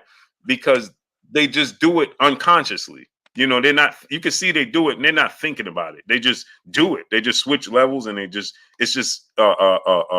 muscle memory, right? And so when it comes to Ryan, when you let him be set and he can throw that hook and you don't see it because he has this ability to like Tank do, right? They distract you. You know what I'm saying? They distract you with this up here and these feints, and the punch may look the same. They're like it's like Devin with his jab. They're like pitches on the mount that could throw a curveball but make it look like the fastball. You know what I'm saying? And they set you up. They throwing this fastball, and he throw another one, and I seen this pitch. Meanwhile, it's all of a sudden it's a curveball. You know what I mean? And that's Devin. Devin sets up his jab in so many different ways. Tank sets you up with his feet in so many different ways. And Ryan sets you up with his feints with his hand, with his left hand. He kind of blinds you with his jab and his hooks. He kind of it looks the same. His jab, his hook up top, and his hook to the body looks similar. But his hands are so fast, when it first comes out, it leaves the holster. You think it's, okay, I see this. And you do something like this to block the hook upstairs. Meanwhile, he threw it to your body. That's what he caught Luke Campbell with. Mm-hmm. He got to be set to do that. See, when Taggle was moving, right? You see the frustration in Ryan body language, right? He was throwing hooks on the move because he just wanted to. He knew once I catch this dude again, I'm ending this fight. So he was overly eager to do it. But the movement and Taggle, you seen, and then he just got frustrated and started walking him down. Something like when Benavidez was trying in the first half of the fight with Caleb Plant, just like the Terminator, they get to a point where it's like, I know I'm about to get you out of here. You're a gnat now. You're just balling them. You're not a threat to them, but you're just a gnat now. And that's what Ryan needs you. So Tank used his movement, just the angles, back on the back foot, just subtle movements. He's going to make Ryan overly aggressive. So then when Tank stops here, Ryan's going to say, I got you. And he's going to get overly eager at that moment. He's going to say, I got to take the moment. He's going to open himself up, and that's when Tank is going to strike. See, I see it a little differently. I don't see Tank developing a boxing style like Jesse Rodriguez or Vasily Lomachenko. Those two guys, in my view, have the best angles in the game. If you look at Tank versus Isaac Cruz, he showed us that he had that ability. Look at Tank versus Cuellar. Look at Tank versus Isaac Cruz. In those fights, he don't have to do it. He don't have to do it. Boxing is different than angles. I mean, like when you're on the inside and you give a guy an angle like Loma or Jesse Bam, that's different. That's like next level stuff. Tank can box. He can box among the best in the world. His boxing ability of going back, coming forward is different than inside angle boxing, inside angles, where you're here and then you're there. It's like Pernell Whitaker. He was among the very, very best to do that. And but right. Tank don't make you miss in a phone booth. I'm just saying his subtle movements changing, like I said, changing the channel, right? Just doing this, or just, you know what I'm saying, just giving you a little different looks, little subtle different, angles, and just he'll straddle the ropes if he want to. You know what I mean? That's what I'm talking about. The way he fought Ryan was Rolly was solely on the back foot. He just kept taking a step back, half a step back. But when he fought Isaac Cruz, it was lateral, it was forward, backwards. See, Lomachenko, his angles are overrated because when he's defensive and you push Lomachenko back, he's not offensive. He don't make you pay. He'll just make you miss, right? Okay. Lomachenko makes you miss. Yeah, he'll make you miss. Good point. That's right. Point. He'll make you miss, and he'll use angles and get out the way, but he ain't gonna make you pay. He doesn't come back. Right, he ain't gonna come back. There ain't nothing coming back. You know what I mean? Right. So that's the key. With Loma, you just gotta press him. That's what you see with the Teofimo Lopez fight. First 6-7 rounds, Tio was pressing him. If it wasn't even a competitive fight, he ain't throw double-digit punches to the 8th round because Tio kept pressing. He didn't throw a punch. Hardly. Yeah, he wasn't throwing no punches. But then when Tio decided, for whatever reason, I don't know if he was fatigued or felt like it was time and Loma was ready to go. I don't know why. And he stood in the shoulder roll. Remember, in the 8th, 9th, 10th, 11th, he just stood there. And Lomachenko's like, it must be Christmas. Now there's no way you're not going to beat him at that game. That's not going to happen. That's where he masters at. So Well, you got to keep him moving. So when it comes to Lomachenko, I think that he's overrated with that. He has quick feet, educated feet. And I say he's a front runner. When he's coming forward and he got the drop on you, you're done. You're done because is nobody better than him when he's coming forward like that. Because he'll switch on you, he'll change angles, he'll do this. It's like a kid. It's his playground. You know what I mean? But Tank though, when he's on the back foot, he can make you pay. You know what I mean? He'll make you pay. Like he did with Isaac Cruz. Isaac Cruz was so tucked in and so completely focused and defensively locked in that it was like Tank couldn't get through. He couldn't, he just was scoring points. He couldn't get his power through like he wanted to. Because didn't he hurt his hand that fight? Didn't he hurt his hand? Yeah, in the fifth round, he hurt his hand. Yeah, he hurt his hand. But Isaac Cruz fights like this. Like he's real tucked in. He's dug in. You know what I mean? And he got these punches. He come and for the first time, Tank fought somebody that's smaller than him. You know what I mean? So that made it extremely hard for Tank. But that style, that movement, those angles and those things are the key to victory for me with Tank. And I just know in my soul that Ryan is going to make that mistake. I'm watching them train, and they can show us what they want. But you practice bad habits, you'll display bad habits. And when he's hitting the heavy bag and opening up wide, I watch him on the heavy bag, I watch him on the aqua bag, I watch him on the mitts. He displays the same exact. I have yet to see, and this is dating back to, and I know people could say, well, they're just showing us what we want to see. But the problem is, I saw him doing these bad habits before he fought Tagle, and then he displayed it in the ring. I saw him doing these bad habits before he fought Luke Campbell, and then he displayed it in the ring. I saw these bad habits. When he throws, he lowers. He just lowers. Right, and right, just wide open. When he fought Javier Fortuna, he was training. He displayed the same bad habits. When we saw him in the ring, he displayed the same thing. He gets away with it against them. He's not going to get away with that with Tank. So if you don't tighten up and focus, again, let me not say I don't believe he will. He can, but I personally don't believe he will. I think he will display those bad habits, and I think that Tank Davis is going to capitalize on those bad habits. You know what I mean? But but don't get me wrong. Ryan has all the abilities, like you said, fight tall, use your jab, fight vanilla. If he fights a vanilla game plan, he'll make it extremely hard for Tank to win the fight. Yeah. If he just uses his jab, uses height, when take what Tank gives him, keep him on the outside, and make it a vanilla boring fight, he can win. But it's a mismatch on paper, Blue. Right. But the problem is, that's why I say there's two guys that are going to beat Tank. Three guys: Shakur, Devin, and Tank himself. And the reason I say Shakur and Devin is because they don't care they're not crowd pleasers. They could care less. They're here to entertain, but they're here to get the W first. You know what I'm saying? Yeah. They'll worry about entertaining another time. I ain't going to take that chance with Tank. They're going to fight discipline. Like you just said, fight a vanilla game plan, fight tall, use the jab, fight vanilla to get the victory. That's what they're going to do. Ryan wants to please the crowd. He wants to knock out Tank, and he believes in his soul. When a person has that embedded in them, it is just hard for them to get out of it. You know what I'm saying? You get a person to, hey, I'm a dunk on this person in this game, they're going to attempt it time and time and time again. You see what I'm saying? If he's coming to the gym 3 days a week, that's very concerning. I don't like that. I feel as a fan, I'm being robbed of his best effort, in my opinion. I feel the same way, but you know what? He says that,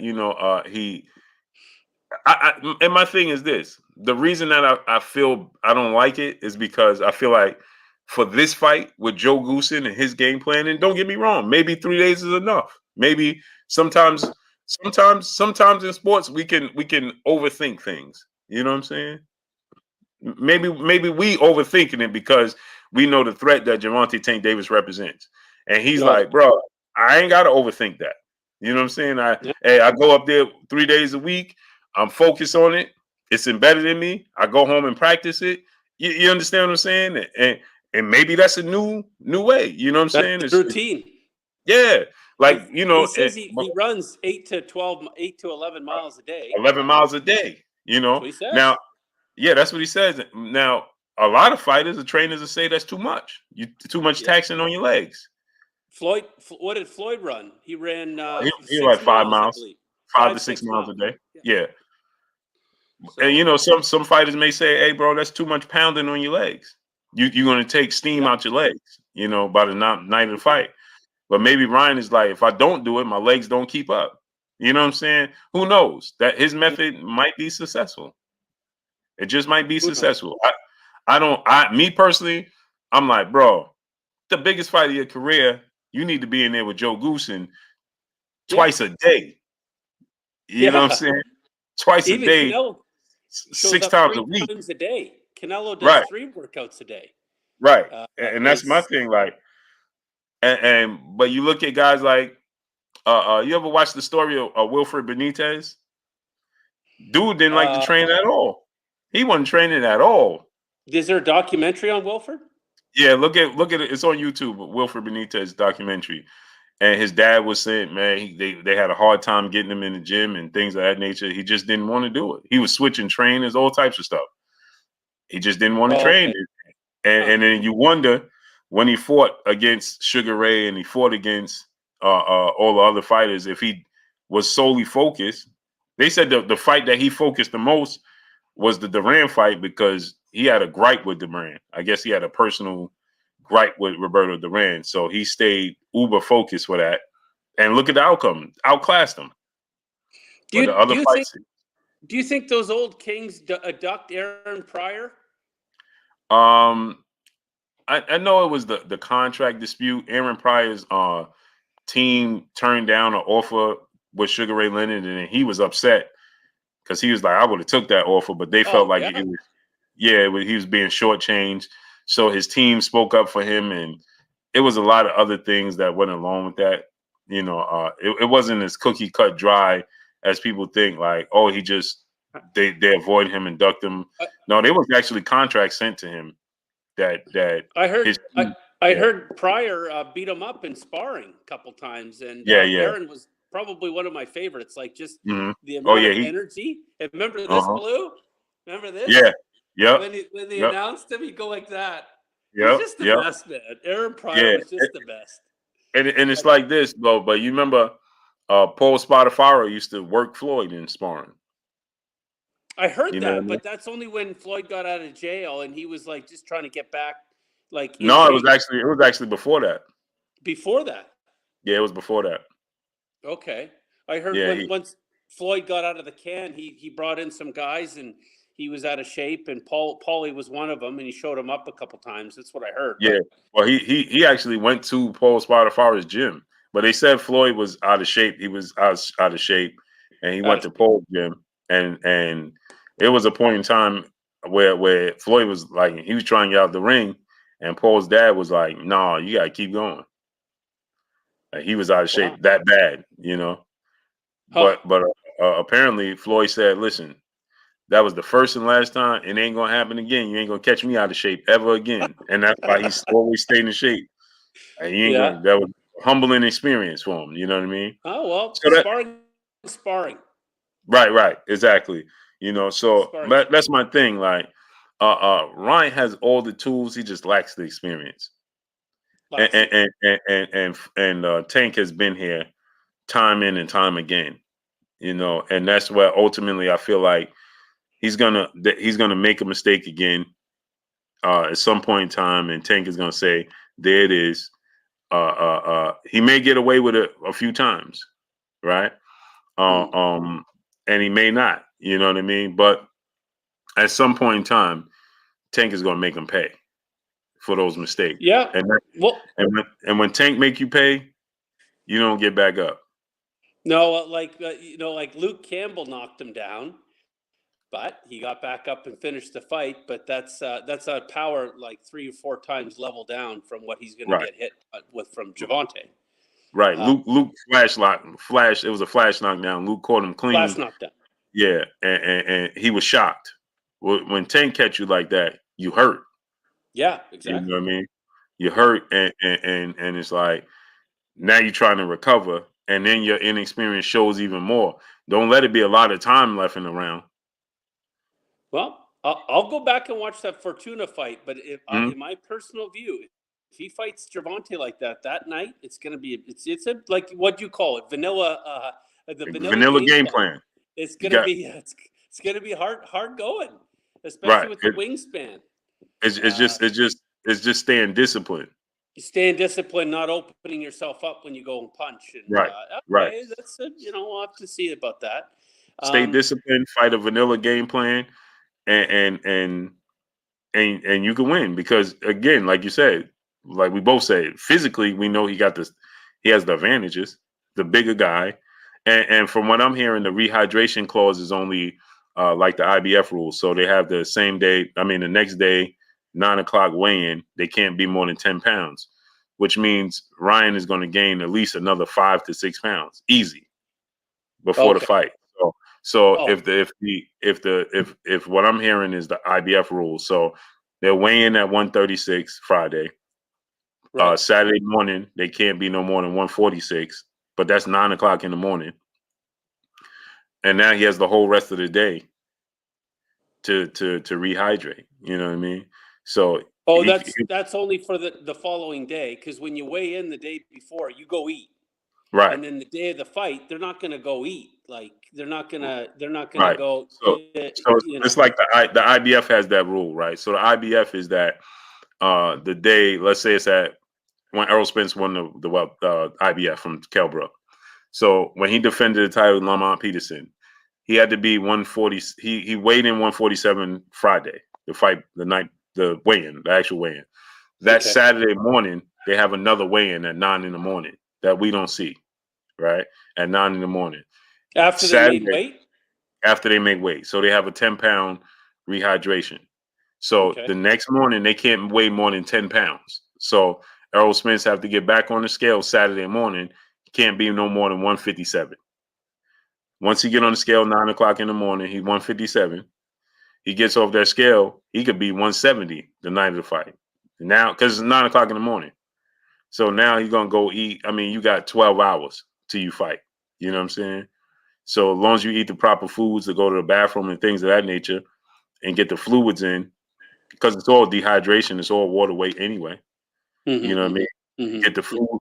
At 9 o'clock in the morning, you ain't even eat yet, probably. So you weigh 146, 9 o'clock in the morning.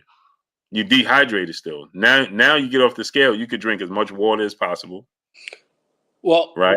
You can eat as much as possible. I mean, you got to eat the right things because you're fighting that night. So that's just it, like back to the amateur days, we weighed in and, after the weigh-in, we went to go eat. And then the next day it was really light because, when you get hit in the body, you don't want to be pooping your pants. Right.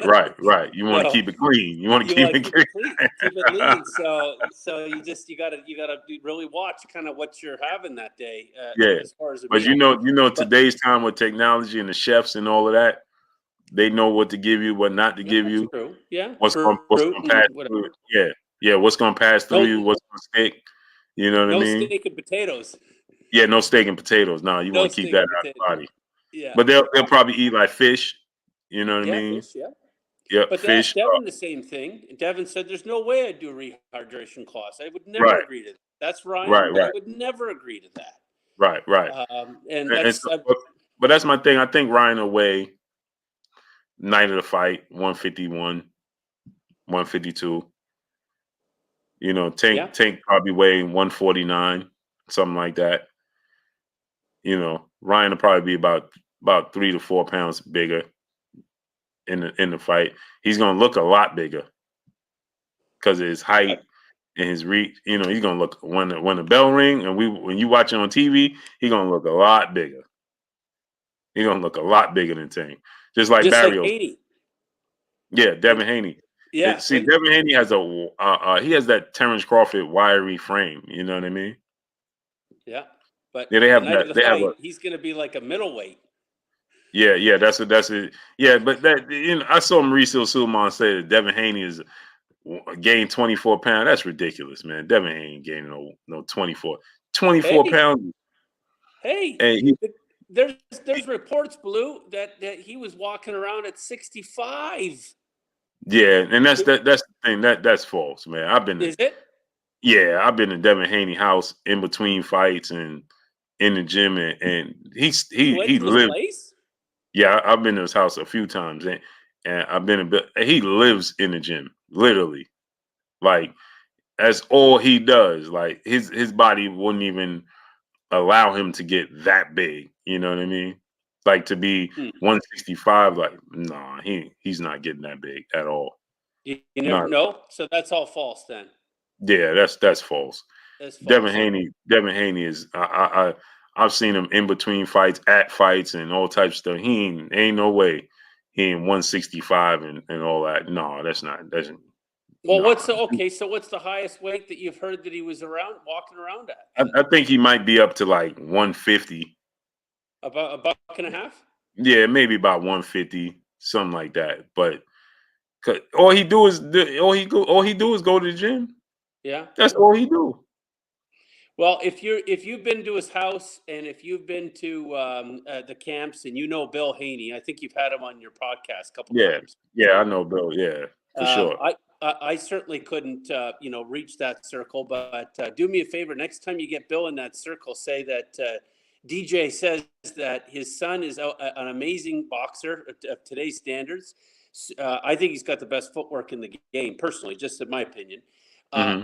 But I can't believe a young man's gotten to this level without throwing to the body, Blue. He doesn't throw to the Yeah, body. yeah. I would harp on that camp a little bit and say, no, Mm-hmm. Devin, you want to go to the body a little bit. I mean, you're that good. Mm-hmm. What's the ceiling if you start a body attack like you said, like a Mm-hmm. Canelo or a Mm-hmm. Benavidez or a Mm-hmm. Earl Spencer? If he mixes it up and changes levels, I can't. Where's the ceiling for Haney? Hmm. Yeah, he uses that stab to the body, which I love that punch, man. That jab to the Yes, body. actually, he does. He does do Yeah, a stab to the body. yeah. He does do He that. That's Floyd yeah, did man. that too a lot. Yeah. That zaps the air out of you, man. Yeah, That that is a good continuously, punch. yeah, that gets the air out of you, man. It zaps your legs, your energy. You That's know a what I good mean? point. That's a good Yeah. point. So That's a good point. that's what he uses to ultimately to go to the body. Um, but yeah, man, man, dude is always in the gym. He always training. You know, he's always locked in. So uh, uh, uh, I can't see him being 170, 100. Nah, no, No, no. Well, nah. I say that because when he stepped into the ring with Lomo's like he's like a middleweight. Look at him Yeah, when they yeah, first yeah. announced the Loman, fight. like he's like a heavyweight, but it's Yeah. like they And they they, so, they yeah, they creating a narrative, man. They It's a built-in excuse, man. but even look at the presser. Devin Haney's massive, and then Loma's like this small little guy. You know what it is that Loma is not a big guy. He's You not a know what I big mean? guy. Yeah. Yeah, not at all. Thirty. He has really short arms. You know what I mean? He's not a very tall guy. He don't carry a lot of weight. So yeah, he's gonna. You put him next to Devin. If you put him next to Ryan, he's gonna look even smaller. You know what I mean? Yeah. That's Yeah. just because he's just not a big guy. It's like Manny Pacquiao. When you look at Manny Pacquiao next to everybody, he's like, man, they much bigger than him because he's just a small guy. You know what I mean? Yeah. So Yeah. when you factor in those things, that's what it Yeah. is. Well, I appreciate you having me on, Blue. Absolutely. You're the very best, and I appreciate I you, really brother. like that phone call. I appreciate you, brother. Blessings to you. Okay. All All right. right. All right. Take it easy. Later, brother. Salute to the brother DJ, man. I like having conversations like that, man. Solomon Walker, my brother in the super chat, he said, "Get him out of here." Cash me out, big faces, blessings, Queen. How you feeling today? Lou Hinton, a pillar of this Blue Blood Sports TV. What's good? Daniel Perez, what's good? I was across the room and I thought dude was Oscar De La. Hey, dude. Hey, DJ, you do look like Oscar De La Hoya, bro. You do. Gabe Jesse, what's good? What's goody, my brother? Salute to you. Yeah, you do look like Oscar at first glance. Rodell Rose, my brother in the super chat, dropping that Cinco on your boy Blue. He said Garcia will lower his hand on a tank counter. Yeah, that's what he makes this mistake, man, where he can't help himself, man. He just can't help himself. He can't. You know, he can't help himself. He just you practice dry water. What's good? When you practice bad habits, you'll display them in the ring. And that's what he did. He's gonna display it in the ring, man. Carl Burrell was good. Blue, why no one talks about what Ryan going to do about Tank speed? Because Tank is not going to use his hand speed in this fight. He's going to use his timing. Frank, what's good, great brother? How you feeling, Frank? Ted Bundy, Deuce 6 was good. So many people don't discuss Tank's hand speed because that's not something he's going to look. Christopher Bowen, what's good? He's not going to look to display his hand speed. He's going to more so look to use his timing. Pooh 7 was good, great brother. He's going to use to look his timing and his and things of that nature. So not the Tank hand speed. I mean, he's going to use his hand speed to close that gap. But it's just not like he's not going to just sit on his hand speed. He won't do that. Romeo, brother in the super chat, dropping that Cinco on your boy Blue. He said the same can be said for Deontay as far as reverting to his old ways in the third Fury fight and not sticking to game plan. He abandoned body attack on Fury. That's what I said. You will resort back to who you are because of it's just muscle memory. Big Dog Willie, what's good, great brother? It's not that they want to do it. Q De Niro Deuce was good on purpose. It's just human nature. You understand what I'm saying? It's human nature with anything. Anything you do in life is human nature. King David 87, what's good, great brother? It don't matter what sport you in. Jalen Harris was good. If you throw interceptions in the NFL, you're gonna throw interceptions at some point in time. You know what I'm saying? You get to the Super Bowl and they like, man, you got to play a clean game, brother. Play a clean game. Play a clean game. Rodell Rose, brother, back in the super chat, dropping a Cinco on your boy Blue. He said, Rocket Bio approach, LOL, play hurt. He'll walk right into it. Yeah. See, Tank has this ability to give you full sense of hope. That's what he does. Tank has the ability to give you a full sense of hope. Oz Boston, Deuce. Tara Sims, Peace Blood Screen. How you doing today? Oh, Sean Consultant. What's good, great brother? How you feeling? He said, Blue, can I come up? And good brother, of course. The link is in the chat. Let me put it back in there. Anybody want to jump on?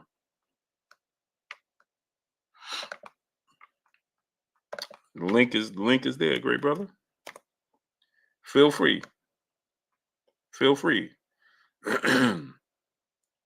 Feel free. Hayden Harradine, what's good? Feel free to jump on, my peoples. Boss Red 357, what's good? Tank can only beat Ryan via KO only. Battle for life, what's good? Music shown by Music TV, what's good? Fred Mayer, what's good, great brother? Second to none promotion, what's good? That's interesting.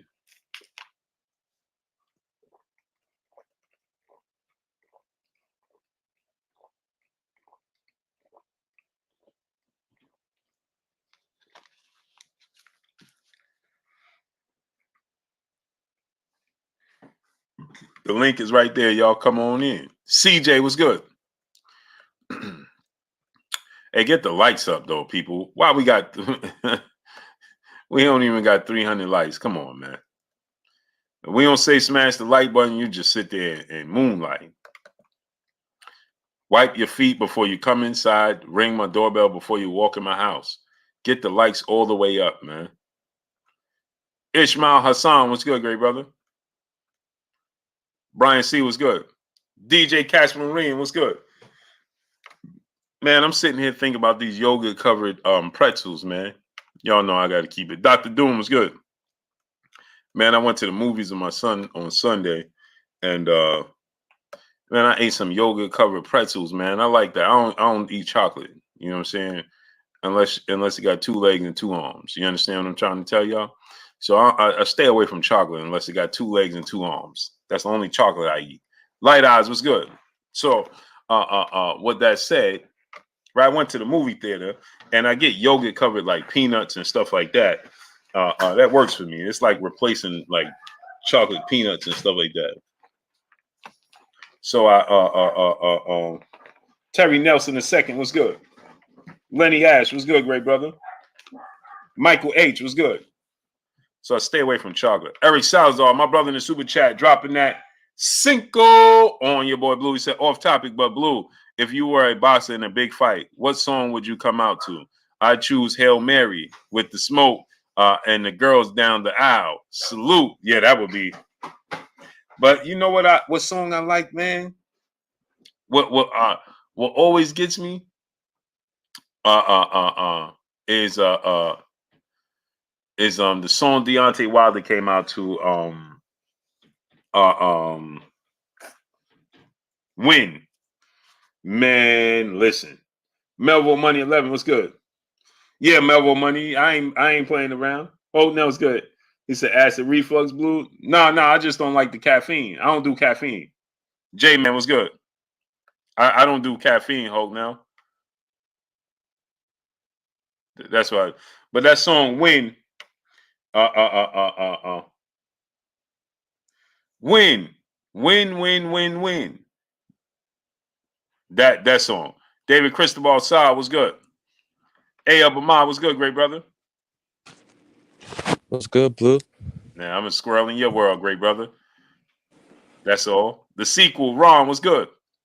How you doing, man? What's good? I'm trying to be like you, great brother. What's good? What's new with you? I'm doing good, man. I can't wait for this Tank and Ryan fight, bro. Man, tell me about it, man. Tell me about it, man. I got Tank winning, man. How you see the fight playing out, though? I think I got him like, I don't know. Probably like the 9th round. Yeah, I got it. Get some. Yeah, I got 11th round knockout. Yeah, wow.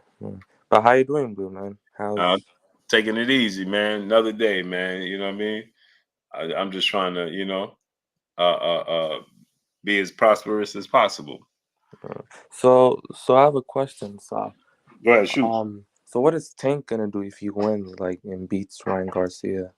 Is he gonna fight Devin Haney, Shakur? He need to. I feel like the buck is passed with that. With fighting, lower level fighters. I think that time is past. Yeah, I can't wait what he does after, Ryan Garcia, man. Yeah, it got to be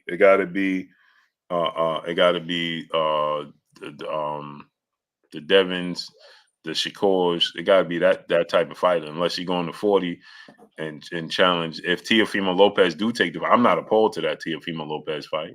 You know what I'm saying? Yeah. I like that fight. You know what I mean? But that Teofimo Lopez fight, Teofimo Lopez at 140, I like it. He beats Josh Taylor. That's a good fight for Tank. I like Regis Prograis fight, but it got to be Regis Prograis, Josh Taylor, Teofimo Lopez, Devin, or Shakur. It can't be nobody else. Yeah, that's my 5. It's Shakur, Devin, Teo, Josh Taylor, and Regis Prograis. Yeah, it can't be nobody else, man. It got to be those. It got to be those fighters or nothing. But I just don't see him fighting Regis or Josh, like, cause he said he's gonna retire like what 2-3 years. Yeah, he said by 31 years of age, he calling it quits.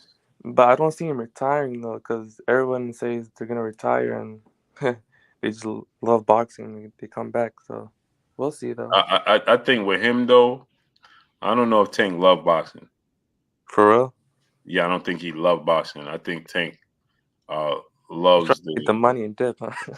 Yeah, it's not that he don't respect the sport, but I don't think that he's in love with the sport. Like he coming to his old age and coming back into the sport, and I don't see that.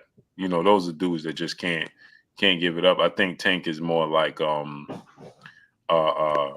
he's more like Marvin Hagler. You know what I mean? He's more true to his word. Not that the other fighters is flimsy, but when Tank said it's over, yeah, I think it's over. Like when Marvin Hagler said I ain't coming back, and he ain't never come back. I think that's what it is. You know what I'm saying? I don't think he'll ever come back. You know what I mean? My See you, brother, Blue. huh? I just wanted to ask you these questions. Hold on 1 second, AL. Alright. Sylvester Simple, brother in the super chat, he said got 2 today. Beehive versus Bivol, Avanesian versus Villa. I think Avanesian beats Villa, and I think Beehive beats Villa. Bivol. The man, Dan the man, my brother in the super chat, dropping that Cinco on your boy Blue. He said, "What's good, Blue? You're gonna be in the building for Tank fight? Them tickets were impossible to cop." Yeah, I don't know if I'm gonna be there, man, because I think I want to enjoy this fight on TV. You know what I mean? But I know I feel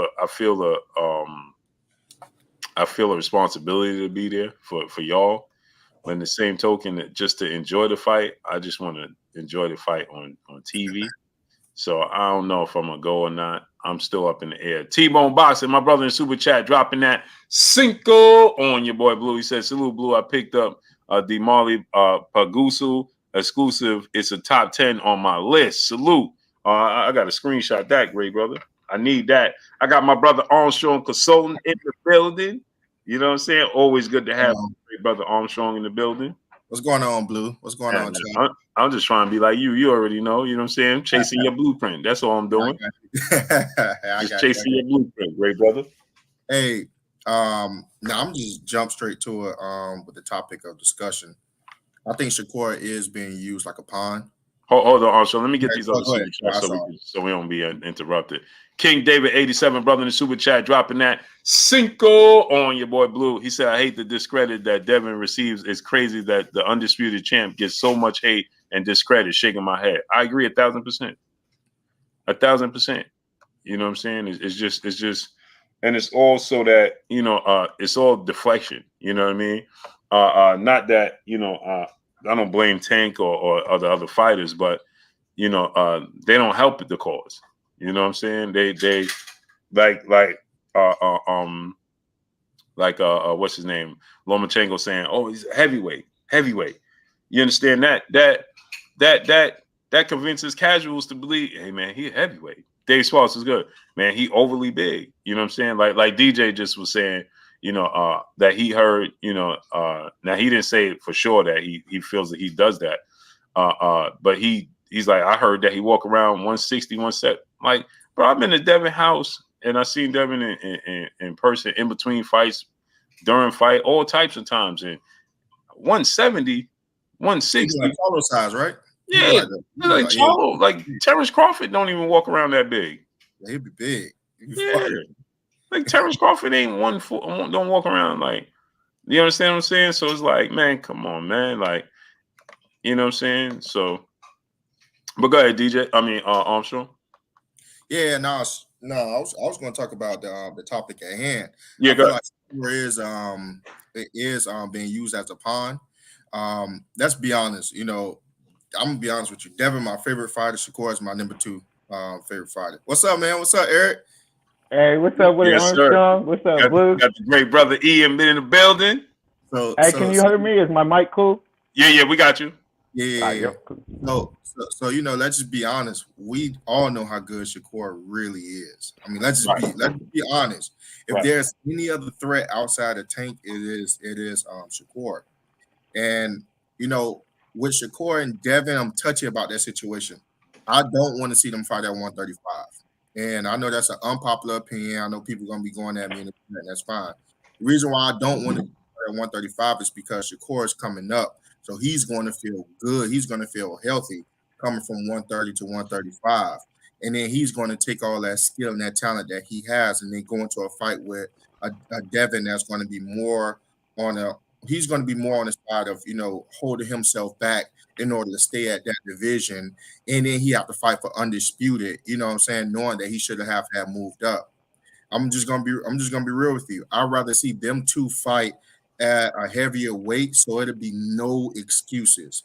I mean, Devin will be able to be at his fullest, and Shakur, he's gonna be Shakur. At the end of the day, then we are able to see them fight and throw down two titans. You know what I'm saying? In the sport, really fight for it all. I don't want to see that fight happen at 135. I'm just being honest with you. The reason why I will prefer to see Tank at 135 than Devin is because Tank is filled out. Tank don't want to go at 140 or above no more. He stated that he don't want to go to 140 no more. He's 28. I believe he turned 29 this year.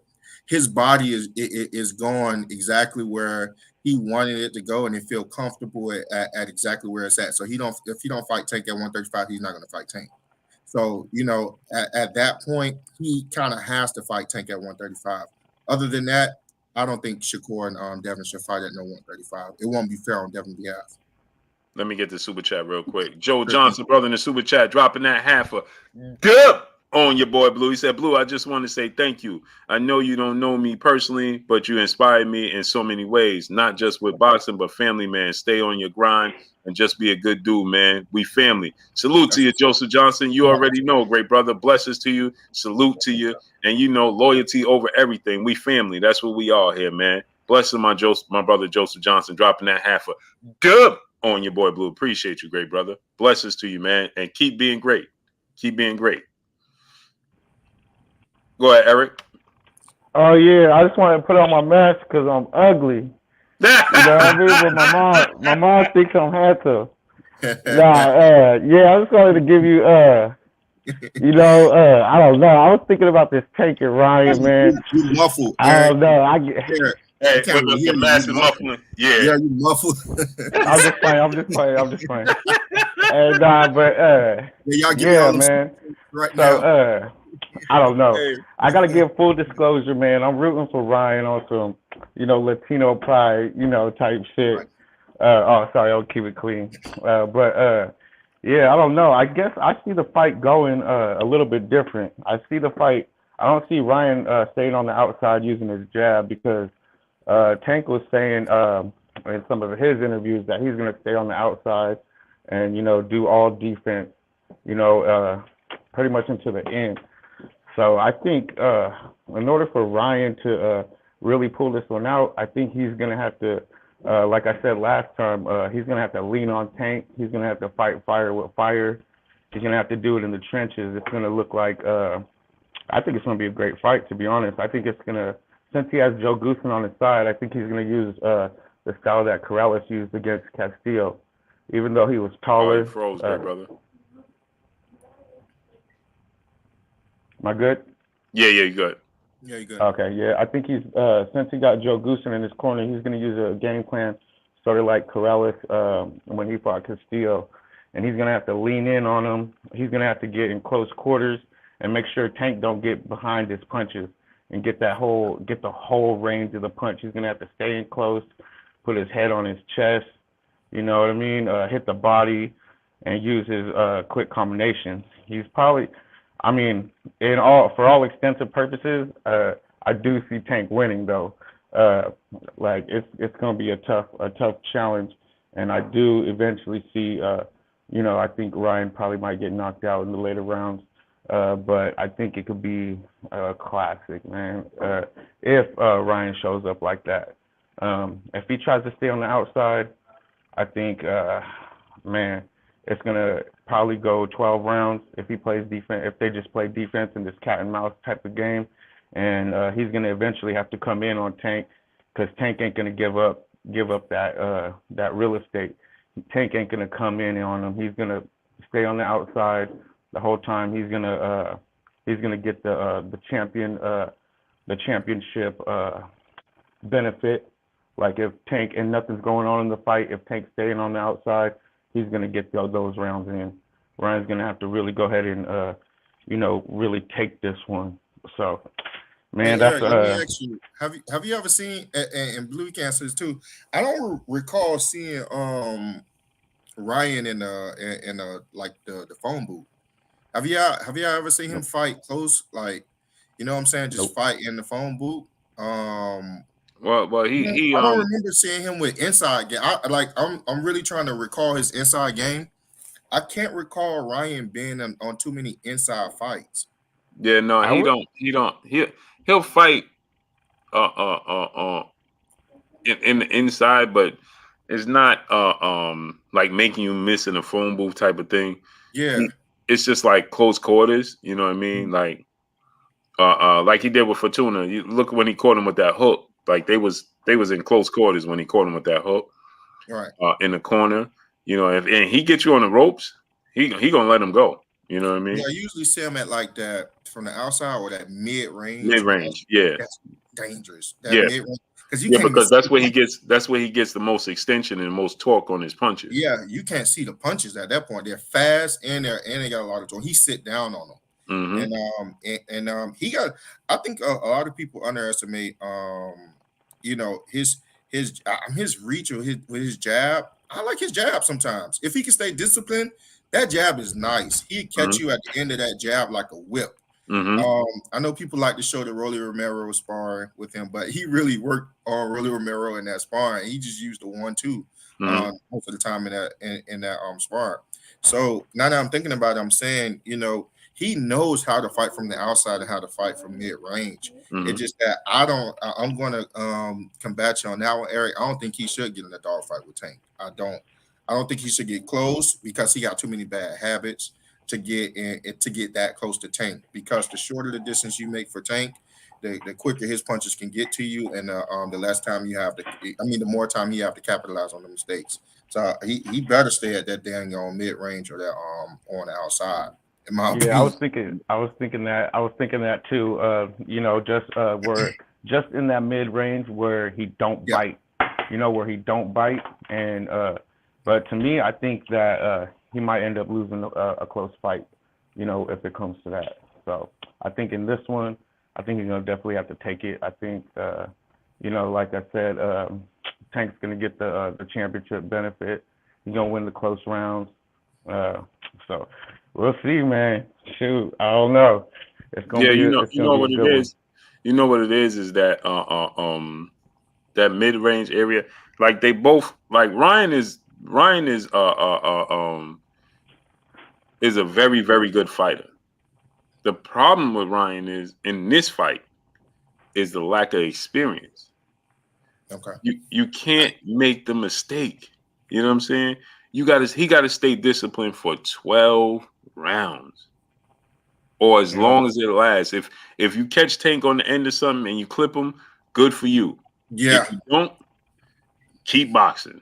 Yeah, he's gonna have to resort to his jab and not go ahead and right. Because Tank, I wouldn't say Tank plays possum too much, but he kind of does. He'll sit there and act. I don't know if he's acting like he's hurt or something, but he comes back with it. Right. And, he sets traps. Yeah. Right. Yeah. He sets traps, and he does it with his feet. Yep. And then Ryan's footwork is a little sloppy, like especially when he's letting go of his hand. He's getting too excited, and I don't know, but his footwork is a lot sloppy. Yeah, but he does got some good body punches. We'll see. I haven't seen Tank take too many body shots, any vicious body shots. That is true. I never seen it. I didn't see him take too many of those neither. Yeah, because he's too short. He's so short. Ain't nobody trying to trying to go down there on Tank body, man. He'll make you pay. That's a good point, Eric. I never thought about that. Imagine this, right? Howie T, brother in the super chat, dropping that Cinco on your boy Blue. He said, "What's the point of Ryan having Joe Goosen in the corner if he's not with him for the better part of his camp?" I agree.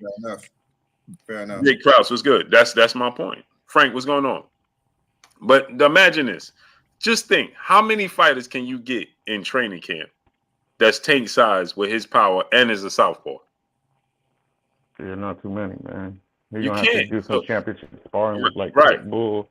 Right. The closest is Loma, but he don't have the power.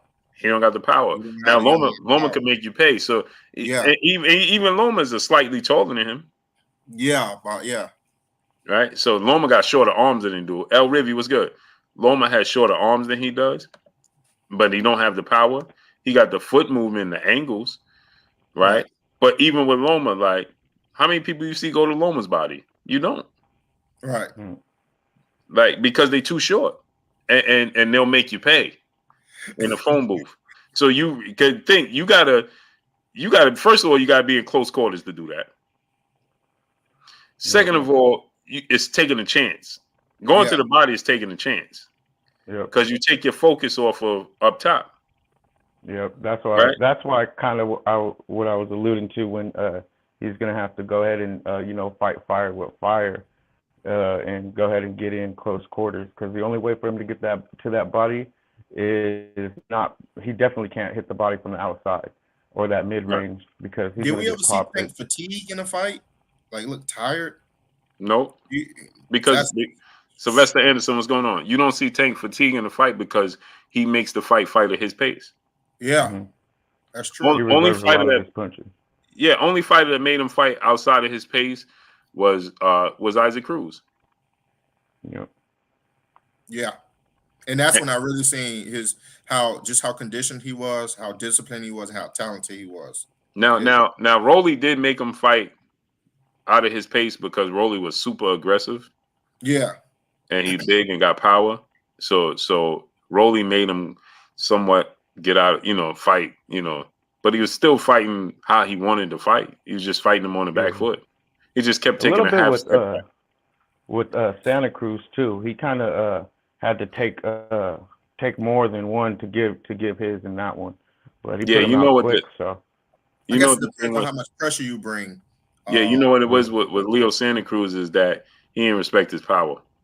Yep. Yeah, because it was the activity. Leo was out working him. KO, man. That was cold, bro. That was one of those. That was so vicious, man. But I'm gonna get out of here. I just wanted to say a little bit, say what's up to Blue, show some love to the channel, man. So thank you for having me. Good to see you again, Eric. Appreciate you, E. It's good. Appreciate you, E. Good to see you, man. Yep. Yes, sir. Blessings, y'all. Yes, sir. Blessings. Hey, Blue, let me ask you. How do you think? I was listening to Showbiz stuff though. I don't think there ain't too many people as entertaining as the brother Showbiz adult. Yeah. Very animated. Yeah, he's very animated, bro. You gotta love him. Hey, man, he's points. Yeah, he made Showbiz. Hey, that dude he can entertain the crowd. I gotta do a show with Showbiz, man. If you collab with him, that'd be crazy. Yeah, I gotta do a show. We gotta do a show together, man. But he brings some solid points. He said, for sure. He said Devin can't fight Lomachenko how he fought Kambosos. And I was like, yeah, he's right. He says arguably Devin can't fight Kambosos how he fought Gamboa or I think Kambosos. I think Devin did his thing with Jojo Diaz with bringing pressure. I think he did put pressure on that fight, and definitely Jorge Linares. He said Devin is going to have to be an iteration of Teofimo Lopez and Ortiz, but still be in control, still have enough poise to change the tempo of the fight. That he can't do that 1-2 and then and think that that'll be enough with Loma, because Loma he has the skill set to get around that 1-2 and then throw punches and bunches, and that can make the fight very entertaining really, really quickly. He said he think it's going to be some spurts where Devin going to have to fight, because that's the only way Lomachenko will actually back off you. He will make you miss and won't make you pay, because he don't have the talent to make you pay on the back foot going back. He said that's where he would think that Devin will have the most success if he put some punches and bunches, just in spurts. Probably how Shakur do it. Shakur don't do more than about 4 punches at a time, but they really sharp and they in bunches. You know what I mean? What you think about that, Blue? Well, I think he's gonna fight him like he fought Linares. Yeah, he's gonna be aggressive, like he fought Joseph Diaz, and Linares, right? He'll be aggressive. He's not going. He's not worrying. First of all, Lomachenko is much shorter than he is with much shorter arms, so he's going to control the pace of the fight with his jab and his range. And then when he want to be on the inside, and be physical, he has the foot speed and the size and the length for every every step forward. Loma have to take 3 back to be out of range. You see what I'm saying? Right.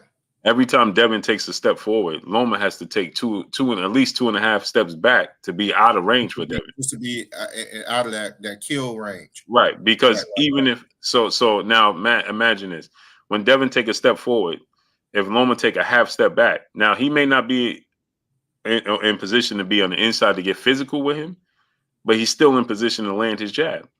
Right, and that's enough to steal some points. He's still gonna score. Right, that's enough to steal some points. Not to mention, he got a straight right hand, and Loma's a southpaw, so he can land that straight right hand right down the pipe. It's weird. It's like I know Devin got a nice right hand, but I can't remember because he don't use it so much. Look at that! Look at that Joseph Diaz and Linares fight. And I think Cambosa's too. It was more the right hand. Yeah, I'm trying to picture him using it. I'm like, gosh, maybe his jab is just so. Maybe his jab's so good, I only see the jab. You see what I'm saying? What he did with Cambosis was, in that second fight, he already calculated the information that he needed. Right. He knew his power wasn't gonna hurt him. Right. He didn't respect it. And in the second fight, it was like, I'm gonna stand in the pocket with him. Right. You know what I'm saying? I'm gonna make him feel me in this pocket. You know what I mean? Which in return give Cambosis more opportunities. You know what I mean? Right. But what Devin does is he just renders you inactive because of his jab, his ability to control the pace. You know what I mean? And his ability to control distance. And so when Loma's in trouble because once he like I said, if he take a half step forward, you know what I'm saying, or a full step forward, right? And you know, Devin is like he's like a cobra with it, man. Yeah, you know what I mean? He's a sniper, so he'll get low with you. You know, he low like this, and you can see the right hand coming, and he just keep throwing the jab, bang.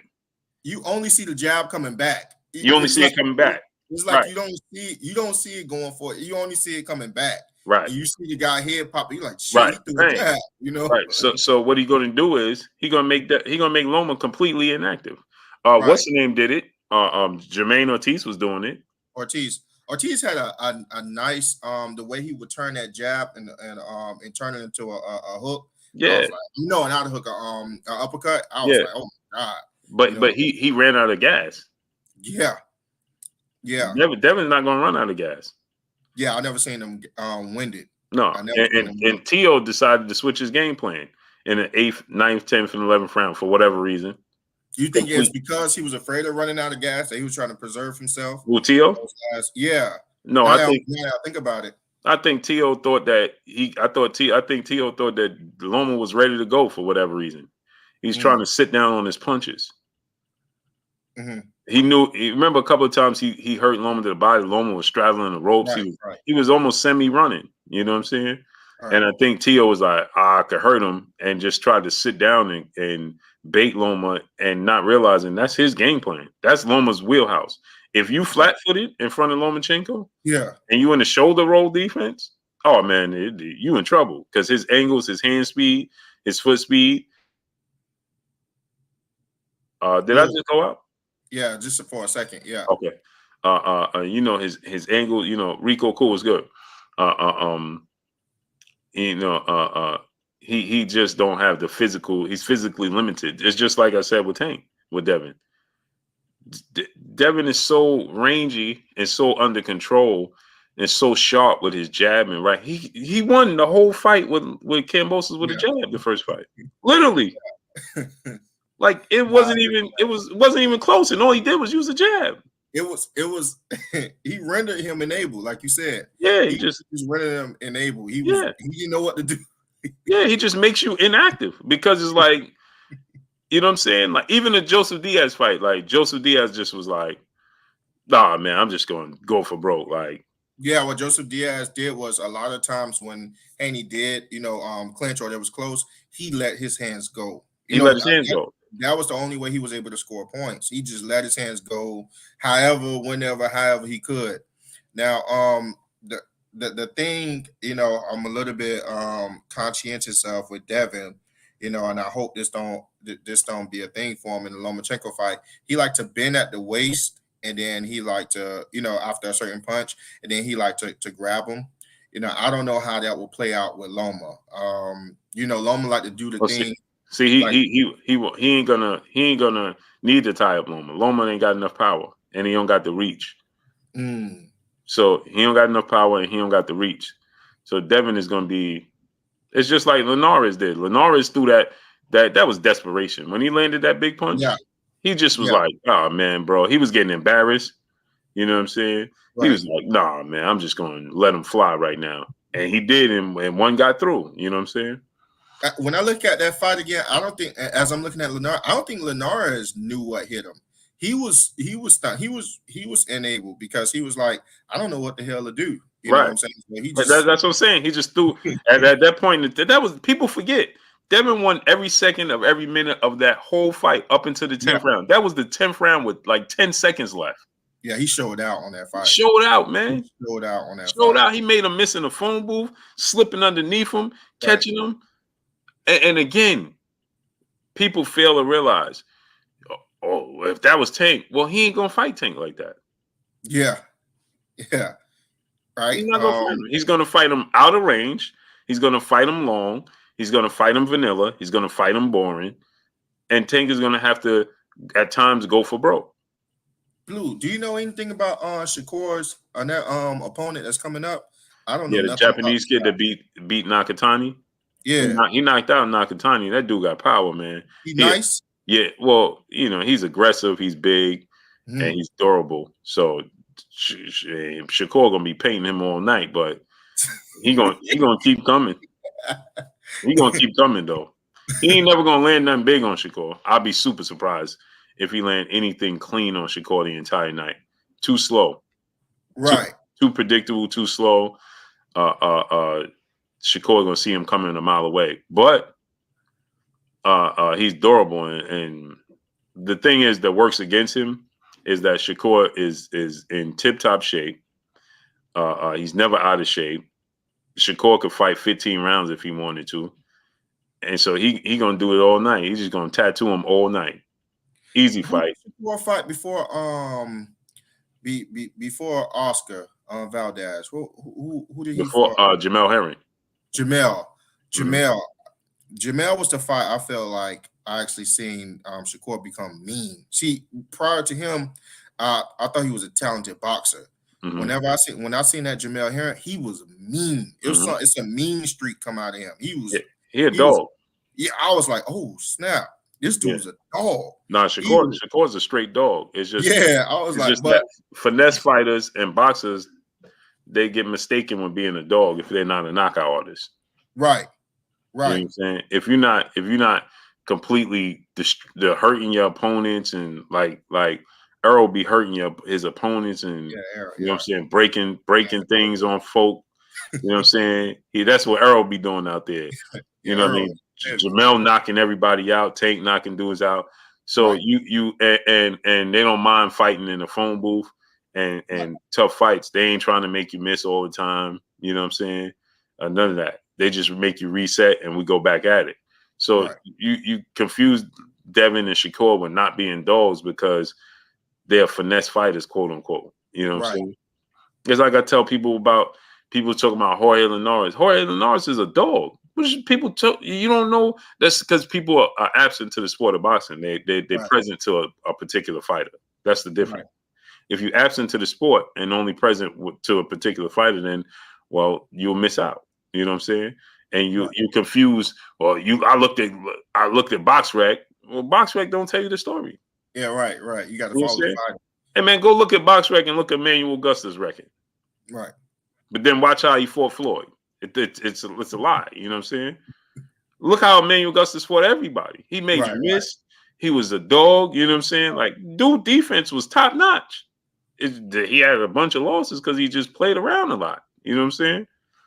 And so people confuse that with not being good for some reason. Right. You know what I'm saying? No, that's when I actually seen. I seen him just. That's when I seen that. I think he sat on his punches more. It was just a dog. I was like, this is a different tone that he took with Jamel Herring fight. I was like, it's a different tone, man. He an animal, and ever since after that fight, he came with that same tenacity. So, because he knew remember before he fought Jamel Herring, he fought Nakatilia. Remember that? Right. And Tim Bradley. Man, look how boring he is, and this Yeah. is this. And he was like, all right, man. He, you know what I'm saying? He had to make a statement. And he made a statement. Boy, did he make a statement. You know what I'm saying? Ever since then, you couldn't put that genie back in the bottle because it's like he's something different now. Right. And when he got in there with Valdez, it was like, bro. It was like, bro, this Valdez is a very good fighter, man. And this dude, Shakur make you look amateur. He made Joe Rogan talk about him. Yeah. It was that bad. He made Joe Rogan talk about that fight. Yeah, I promise. He gonna tattoo old boy on Saturday. Something awful. He gonna put on a masterclass performance on Saturday. Masterclass performance. You think he's gonna be Arturo Gotti? He's not gonna get the just dues because you know what I'm saying. Not many people know about him. Oh, Shakur. Shakur's opponent, yeah. Oh, his opponent. Yeah. His opponent. Yeah, right. He's like number 6 in the ranking, though, right? Something like that. Yeah, he just knocked out Nakatani. You know what I'm saying? But people don't they don't know who he is. You know what I'm saying? And so it's just like oh, Shakur's fighting another guy. And it's a homecoming fight, so then it makes it even more like, oh, it's just a showcase fight. You know what I mean? Right. But it's not. It's anything but it. But his talent is gonna make it look like a showcase fight. You believe that? You know what I'm saying? Yeah. Right. No, man, I'm excited. It's gonna be one of the prettiest performances of his career. You know what? You talk about pretty performance. That big baby, he's something special. Big baby Anderson. He don't move like a big boy, man. Hey, I want to see him fight so bad. I want to see him fight Otto Wallin. Okay. I think that's a good test. Southpaw Otto Wallin is a good fighter. You know what I'm saying? I think that could tell us a lot about him. You know what I mean? Or you know, I think it's time, you know, for him to just gradually step up. You know what I mean? Mm-hmm. You know, to the Otto Wallins of the world. You know what I mean? That's what I was about to say. Well, what do you see, you know, Big Baby, in the next 5 years on the pace that he's continuing at? Man, he's the future of the heavyweight division. I think he got it. I think he got it, man. For sure. Now, you know what's ironic though? I just think his physical limitations with him. Yeah, I don't think he could beat like Fury. You don't think so? No, I don't think so. Like Wilder Fury, because he's just too small, I think, for them. How tall Big Baby is? He's like 6'4", 6'3", 6'4". And Deontay what, 6'6"? 6'7". God, dog. Yeah, he's 6'7". Fury 6'9". You know what I'm saying? Yeah. They athletic like him. They could move. You know what I'm saying? It's like, I think they just too big. Anthony Joshua. The thing, he may be able to beat Joshua because of his athletic ability, his speed. Right. You know what I mean? And he got power. And, right. You know, Joshua is susceptible to that. But even that's like you know, it's like Andy Ruiz. You know, I got to see. That's what I'm saying. I'm ready to see him step up the competition. You're really gonna start looking at him. Yeah, because I don't know if it was his last fight or fight before. I was watching and I'm like, there's some things. And again, he's young. You know what I'm saying? Right. So, but I was watching some things and I'm like, oh yeah, no. If you know, just those dudes are like super heavyweights, man. Even though Wilder don't carry the weight, you know what I mean? They big, man. They huge, bro, and they have special skills. Like Wilder's very, very fast, very athletic, very quick. You know what I mean? You gotta, and when you're a shorter fighter like that, and he uses his jab, and it's very hard to get past Wilder's jab because you know that straight right hand's coming at some point in time. It seems like his punches, I mean, they don't seem as if they're that destructive, but dudes fall like towers, man. Yeah. They fall. And sometimes he just clip you. Yeah. He's just clipping them. Yeah. And that's it. He hit Robert Helenius moving away. Like, bro, you shouldn't even like, bro, he was like, What was that? he was like ducking away. Like I still don't know what punch it was. I still don't know to this day. I'm like, man, I don't even know. Like, what was that? I got tired of trying to figure it out. Right. I know exactly what you're talking about. Yeah, I got tired of trying to figure it out. I agree with that. What weight Shushu fight at? Shushu was at 26, I believe. Oh, he's lighter. Yeah, Shushu was light. Yeah, he gonna be nice. Shushu.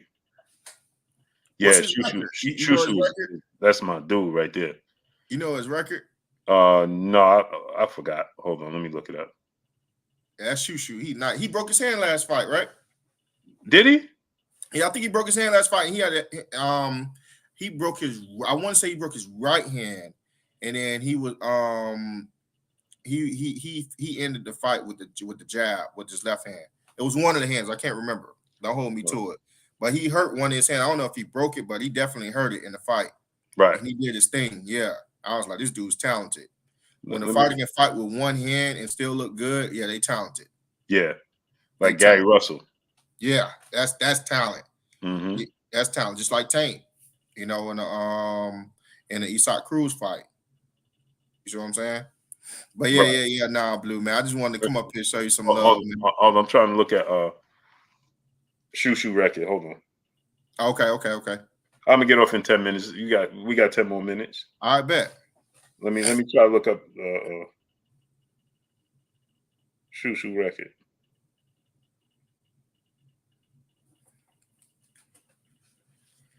You think Shushu beat anyway? Oh yeah, Shushu only 6-0. Oh, so he's wow. Hey man, Shushu fighting on Saturday. Yeah, he got to be fighting on Saturday. That's yeah, he rocked with Shakur then. Yeah, he fighting on Saturday. On Shakur undercard last time, if I'm not mistaken. Yeah, Shushu fighting on Saturday, yo. He nice. I like him, boy. Yeah. He's nice. Shushu, man. How old is Shushu? I thought he was older. He's 25. 25? Yeah. He got to put in some work. Yeah. In order to get his record up. It seemed like he's younger though, right? Yeah, for some reason. I guess because he's small. He stayed in the amateurs long. Yeah. Okay. Let me get the super chat real quick. David Jackson, brother, in the super chat, dropping that half a dub on your boy Blue. He said, "What's up, fellas? This fight will get ugly and fast. Ryan's anxiousness, coupled with nervousness, will be his downfall. He's gonna come out fast and get sent to the moon in 7. We know Tank will set the trap." That's what I'm saying. Like, it's the moment. You understand what I'm saying? Right. The moment, along with Boss Red, the Mason brothers are a problem too. You was bringing up that experience, the lack of experience Ryan have. That's what's going to play a part in this. And people confuse that with me saying he ain't a good fighter. Never said he wasn't a good fighter. No, you're talking about the moment. Yeah, I just say that it's the moment. It's the lack of experience. Right. You're talking about the moment and him being hesitant, second guessing himself, thinking this, overextending himself, shooting. Yeah, that the moment. Mm-hmm. I think the moment was too big for Rolly, if I'm being honest with you. Well, no, it was the lack of experience. He just kept coming forward, bro. He was throwing punches for too far away. You know what I mean? And again, like you're right. It's the moment because it's the moment, right? You in that moment, you overzealous. You know what I'm saying? You're over anxious. You're like, let me land it. Let me, you know what I'm saying? Let me get to him. Let me prove, you want to back up everything you were saying in the press conference and all that. You know what I mean? You see, those dudes, they don't care. Devin Haney will tell you he going to knock you out 1,000 times, get in the actual fight, and Devin Haney just out there boxing. And he done told you all types of hurt he getting ready to put on you. He get out there and don't call for that, and he's just out there just boxing away, bro. And he done told you all types of stories how he gonna put this hurt and this whip on you, bro. And he ain't doing none of the sort. That's the difference. You know what I'm saying? Like Floyd do that all the time. You know what I'm saying? Right. Boy, I'm gonna do this, I'm gonna do that, and get Floyd getting in and. Floyd, what are you doing, brother? Picking the shots, like you ain't gonna get them. It ain't gonna happen. Even with Tank, right? Tank don't do that. You know what I'm saying? Tank is the same dude. Tank, the difference is it comes to fruition with Tank because you run into it. You know what I'm saying? And he got more power than Devin and Floyd. So eventually, they land clean big punches, but when Tank land those same big clean punches, you drop. Good night, Irene. You know what I'm saying? Yeah, you drop. Yeah, but you watch Tank, like he ain't out there just, you know what I'm saying? He take his time. Right. And the only person that stayed true to what they were gonna do, and it ain't work out good for him, was Tio. Tio said he was gonna knock him out in the first round. He came out swinging and got dropped. Swinging for the fences. Round. He swung for the fences. For the fences. I know I was like, at least myself, I was like, he actually doing this? Yes. So he came out and that's what Tank opponents be doing. The same thing. They come out swinging for the fences. And that's what I think Ryan is going to do. Ryan's going to stay true to who he's saying. Who Ryan is telling us he is. I believe he's going to stay true to that. Do you think Loma set that up? Do you think Loma did not fight Kambosos on purpose? Well, remember Loma was going through that whole UK Russia thing. Okay. I mean, Ukraine Russia thing. I was saying to myself, I said, what if Loma was smart enough to say, no, I'm not going to fight Kambosos because you have to fight twice. You have to fight Kambosos. Well, keep in mind, see, he's invested. ESPN Bob Ehrman's invested in Loma, so they might not have did that whole Australia thing. Oh, the Australia thing. Oh, okay. You don't think they would have did it? No, if they would have, they would have did it once, but I don't think they would have did it twice and all that. Like you win against Loma. You know, Loma beat you. You got to come to the States. You know what I'm saying? You think Devin gonna have to fight the judges too? You know, because like you said, it's ESPN's his last fight there. They invested in Loma. No, I think it's gonna be so clean, man. I think it's gonna be so clean, that if indeed it's anything up, man, listen, it'll be a riot. Yeah, that's the thing. It'll be a riot. I'm saying I'm paranoid a little bit, man. I'm paranoid a little bit, Blue. No, see, Dev has been there before. You know what I'm saying?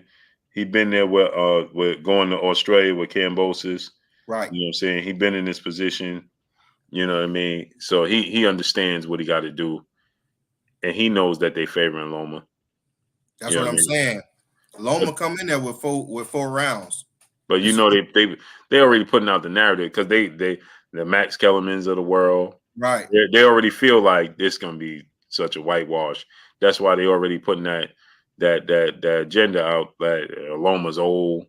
Dude is the same age as Terrence Crawford. He's younger than Terrence Crawford. Right. Just a year older than Errol Spence. How many fights he got? Like 16 fights? How many fights Loma got? 19. 19 fights. Yeah.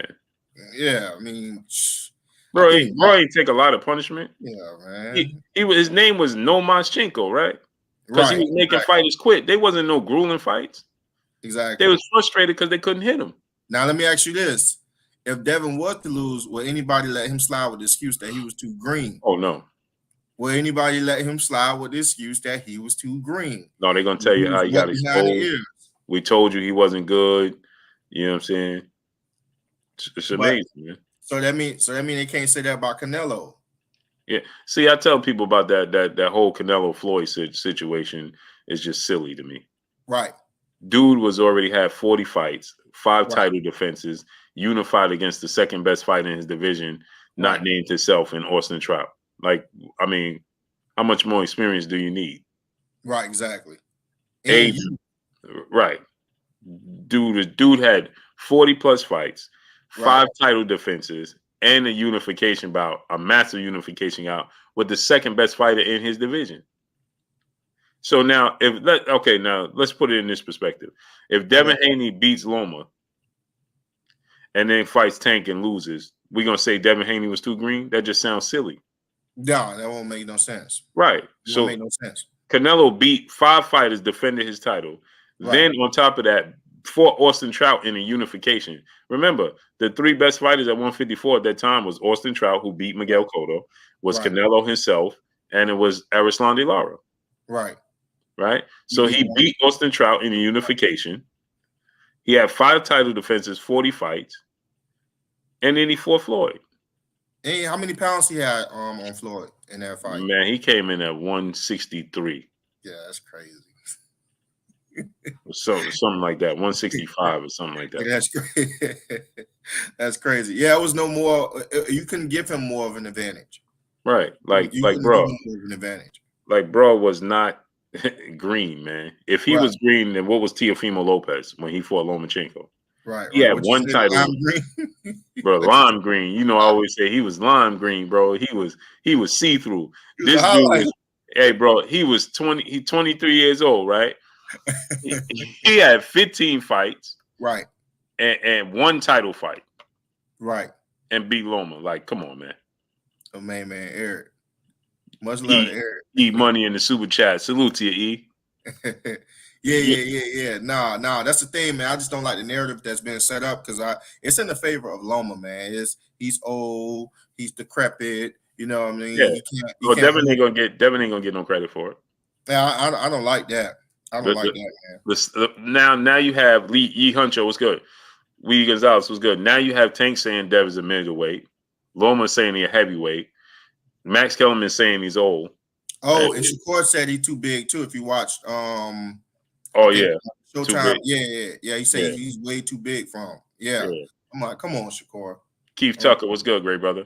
David Jackson, brother, back in the super chat, dropping another cinco on your boy Blue. He said Loma may retire after this and go back and watch how many overhand rights Tago and Fortuna landed on versus Ryan.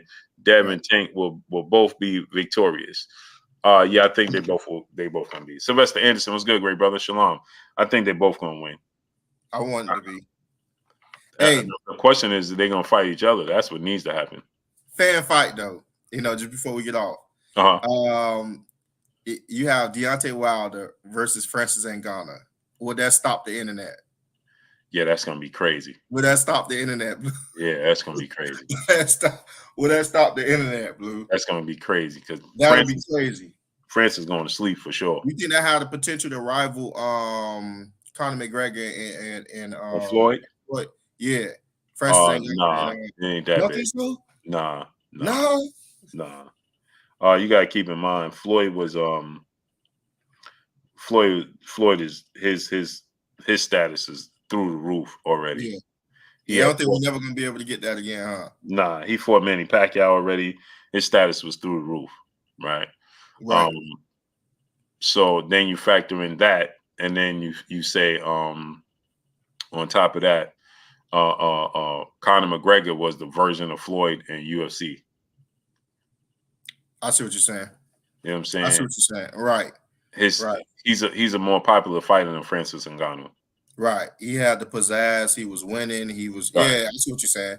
It was it was as much of a fan and casual fight as you could possibly get. Yeah, and Floyd, and then that was the first. And then keep in mind that was the first time we saw that the biggest name in UFC versus the biggest name in boxing. Now we done seen it already. You know what I'm saying? Right. So that's gone. So it's like, nah. Floyd's a bigger name. Playing out with Keith Thurman and Boots. I think Boots stops him. I think Boots late rounds. I think Boots paint the hell out of Keith Thurman. Yeah, it ain't gonna be easy because Keith moved like oh boy, he just fought. Right. But Keith could counter you, so it's gonna be an interesting fight.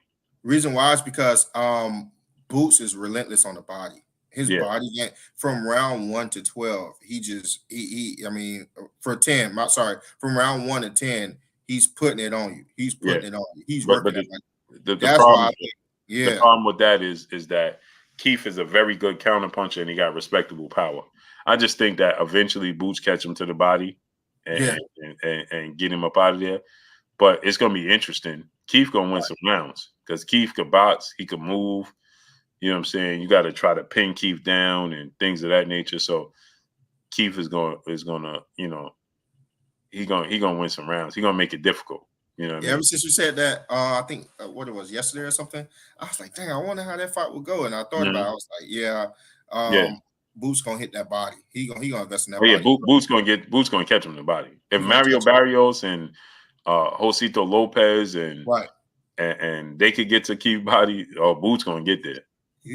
He fast, he bigger, he's stronger than them, he's quicker than them, so he'll eventually land some. And everybody knows that's his weakness. Right. So it's just a matter of time. And Keith knows his weakness. It's like I don't even know if that's something you could work on. Like, bro, you know what I'm saying? Yeah. Like, can you do 1,000 plus more crunches and would that help? Like, I don't think that. Yeah. Does Keith not focus on his core? I don't know, but man, listen, Boots gonna get there eventually. Yeah, he gonna touch him. He's much bigger than him. He's just as quick, quick feet. You know what I mean? Fast hands. And the thing is, the problem for Keith is gonna be that Boots can fight from any angle because he can fight orthodox or southpaw. So when you're doing all that movement, he can. Now he got to be careful doing it because Keith will counter you. But when you're doing all that movement, he could cut the ring off from different angles because he could stand in different stands. You think Boots was getting hit in that fight because he did get hit more than Keith gonna touch him. Yeah. Keith gonna touch him. You think Boots was getting hit in that fight because off of frustration? You think he was? His last fight? Yeah. Because he was just trying to, again, like, he can be defensive like Shakur and see the difference between Boots, Shakur, and Devin. Right. Their defense seems sharper because their opponents is not running from them. Right. Okay. I see what you're saying. You see what I'm saying? Yeah, I see what you're saying. They're standing in front of them. Right. And they give an opportunity and they just making them miss and making them pay. Bang, bang, bang. Because they're not the biggest punchers. Ain't nobody trying to get hit by Boots. So now he's taking more chances. You know what I'm saying? He gotta go hunt his opponents down. You know what I'm saying? And that gives his opponents opportunities to counter him. Land that boy Tio for it. Yeah, he was like Sando Martin. Yeah. Like, man. And then another thing is it's extremely hard to get to a fighter that don't want to be stopped. Right. He don't want to be. He don't want to engage. He don't want to fight. You know what I'm saying? Right. I see what you're saying.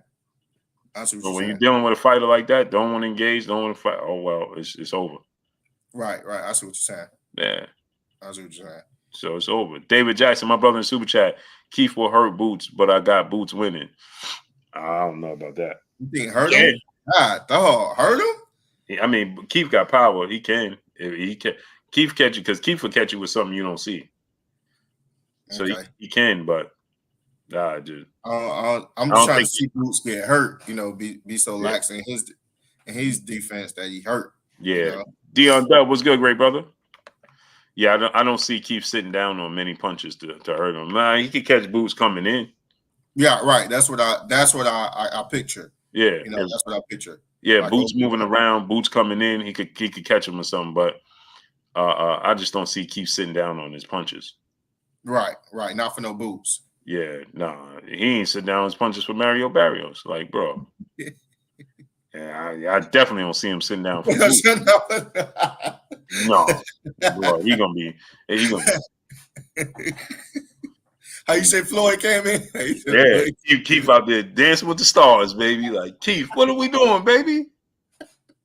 Keith out there just, man, listen. Keith gonna be on his best, man. Listen, Keith was and Keith was watching that last fight with old boy Chua Kazim. Yeah, right. He gonna be moving. You'll come in. He gonna take Keith in the sparring session, like, bro, you going under the ropes? Yeah, I'll tell you, all types of movement from Keith in that fight, boy. Ain't no way. I ain't giving you nothing to hone in on, brother. I got you. That's funny. I ain't giving you nothing. There ain't nothing here for you, brother. Ain't nothing here for you. You know what I'm saying? Right. That's Keith Thurman. I think that will be a statement though if he can get past Keith Thurman to let us know. Sure. Oh man, he really what we think he is. Yeah. You better not duck me, son. Yeah. You better not duck me, son. Big Boston TV was good. But yeah, so let's get out of here, bro. Yeah. Any last words? Nah, man. I love the family, love the peopleizations. I'm one of them. Much love to you, Blue, man. You always show, you know, me and my wife, Pam, you know, the greatest amount of respect and love. I said blessings. That's why we come to you every day, man. Come chill with the people every day, chill with the people, see what this boxing talk is like, you know. Amen. But Blue, you know, I'm going on record, man. And I'm saying this time, and I said the time before, you owe us a watch party, like an official watch party. Official watch party? It's like a gang of us on here. You know, we talking. Everybody got their drink, and we watching the fight in real time in the middle of it, giving the commentation what we think. I think that's gonna be dope. Nobody did it on YouTube yet. You gotta be the first, Blue. Hey, man, let's do it on Saturday then. Yeah, you gotta do it, Blue. Like, man, hey, let's do it on Saturday. You know let's do it. I have my laptop away from the TV. I want to watch in real time with you, man. Yeah. Real time. That's let's do it on Saturday with Shakur fight then. Bet. We do it on Saturday. I'm with it. Let's do it. Bet. Hey, Peopleization's chat. Y'all hear him? Yes, sir. Saturday is on. Get y'all drinks ready. We watching the fight. We chilling with Blue. Y'all gonna get Red Cup Blue out there. You know what I'm saying? Red Cup Blue. You know what I'm saying? Blue. Yeah, Red Cup Blue. Let's make it happen. I'm all for it. Let's do it. All right. So Saturday. All right, man. Peace. Del, my brother in the super chat, dropping that Cinco on your boy Blue. He said this card about to be lit. Shushu, Big Baby, Keyshawn, and Shakur. Let's get it. Oh, facts. And they do that. That's traditional. They all on the same card. Traditional. It's traditional. So Dion Dub, my brother. Salute, man. Appreciate y'all, man, coming through, studying up, holding your boy Blue down, and showing me love, man.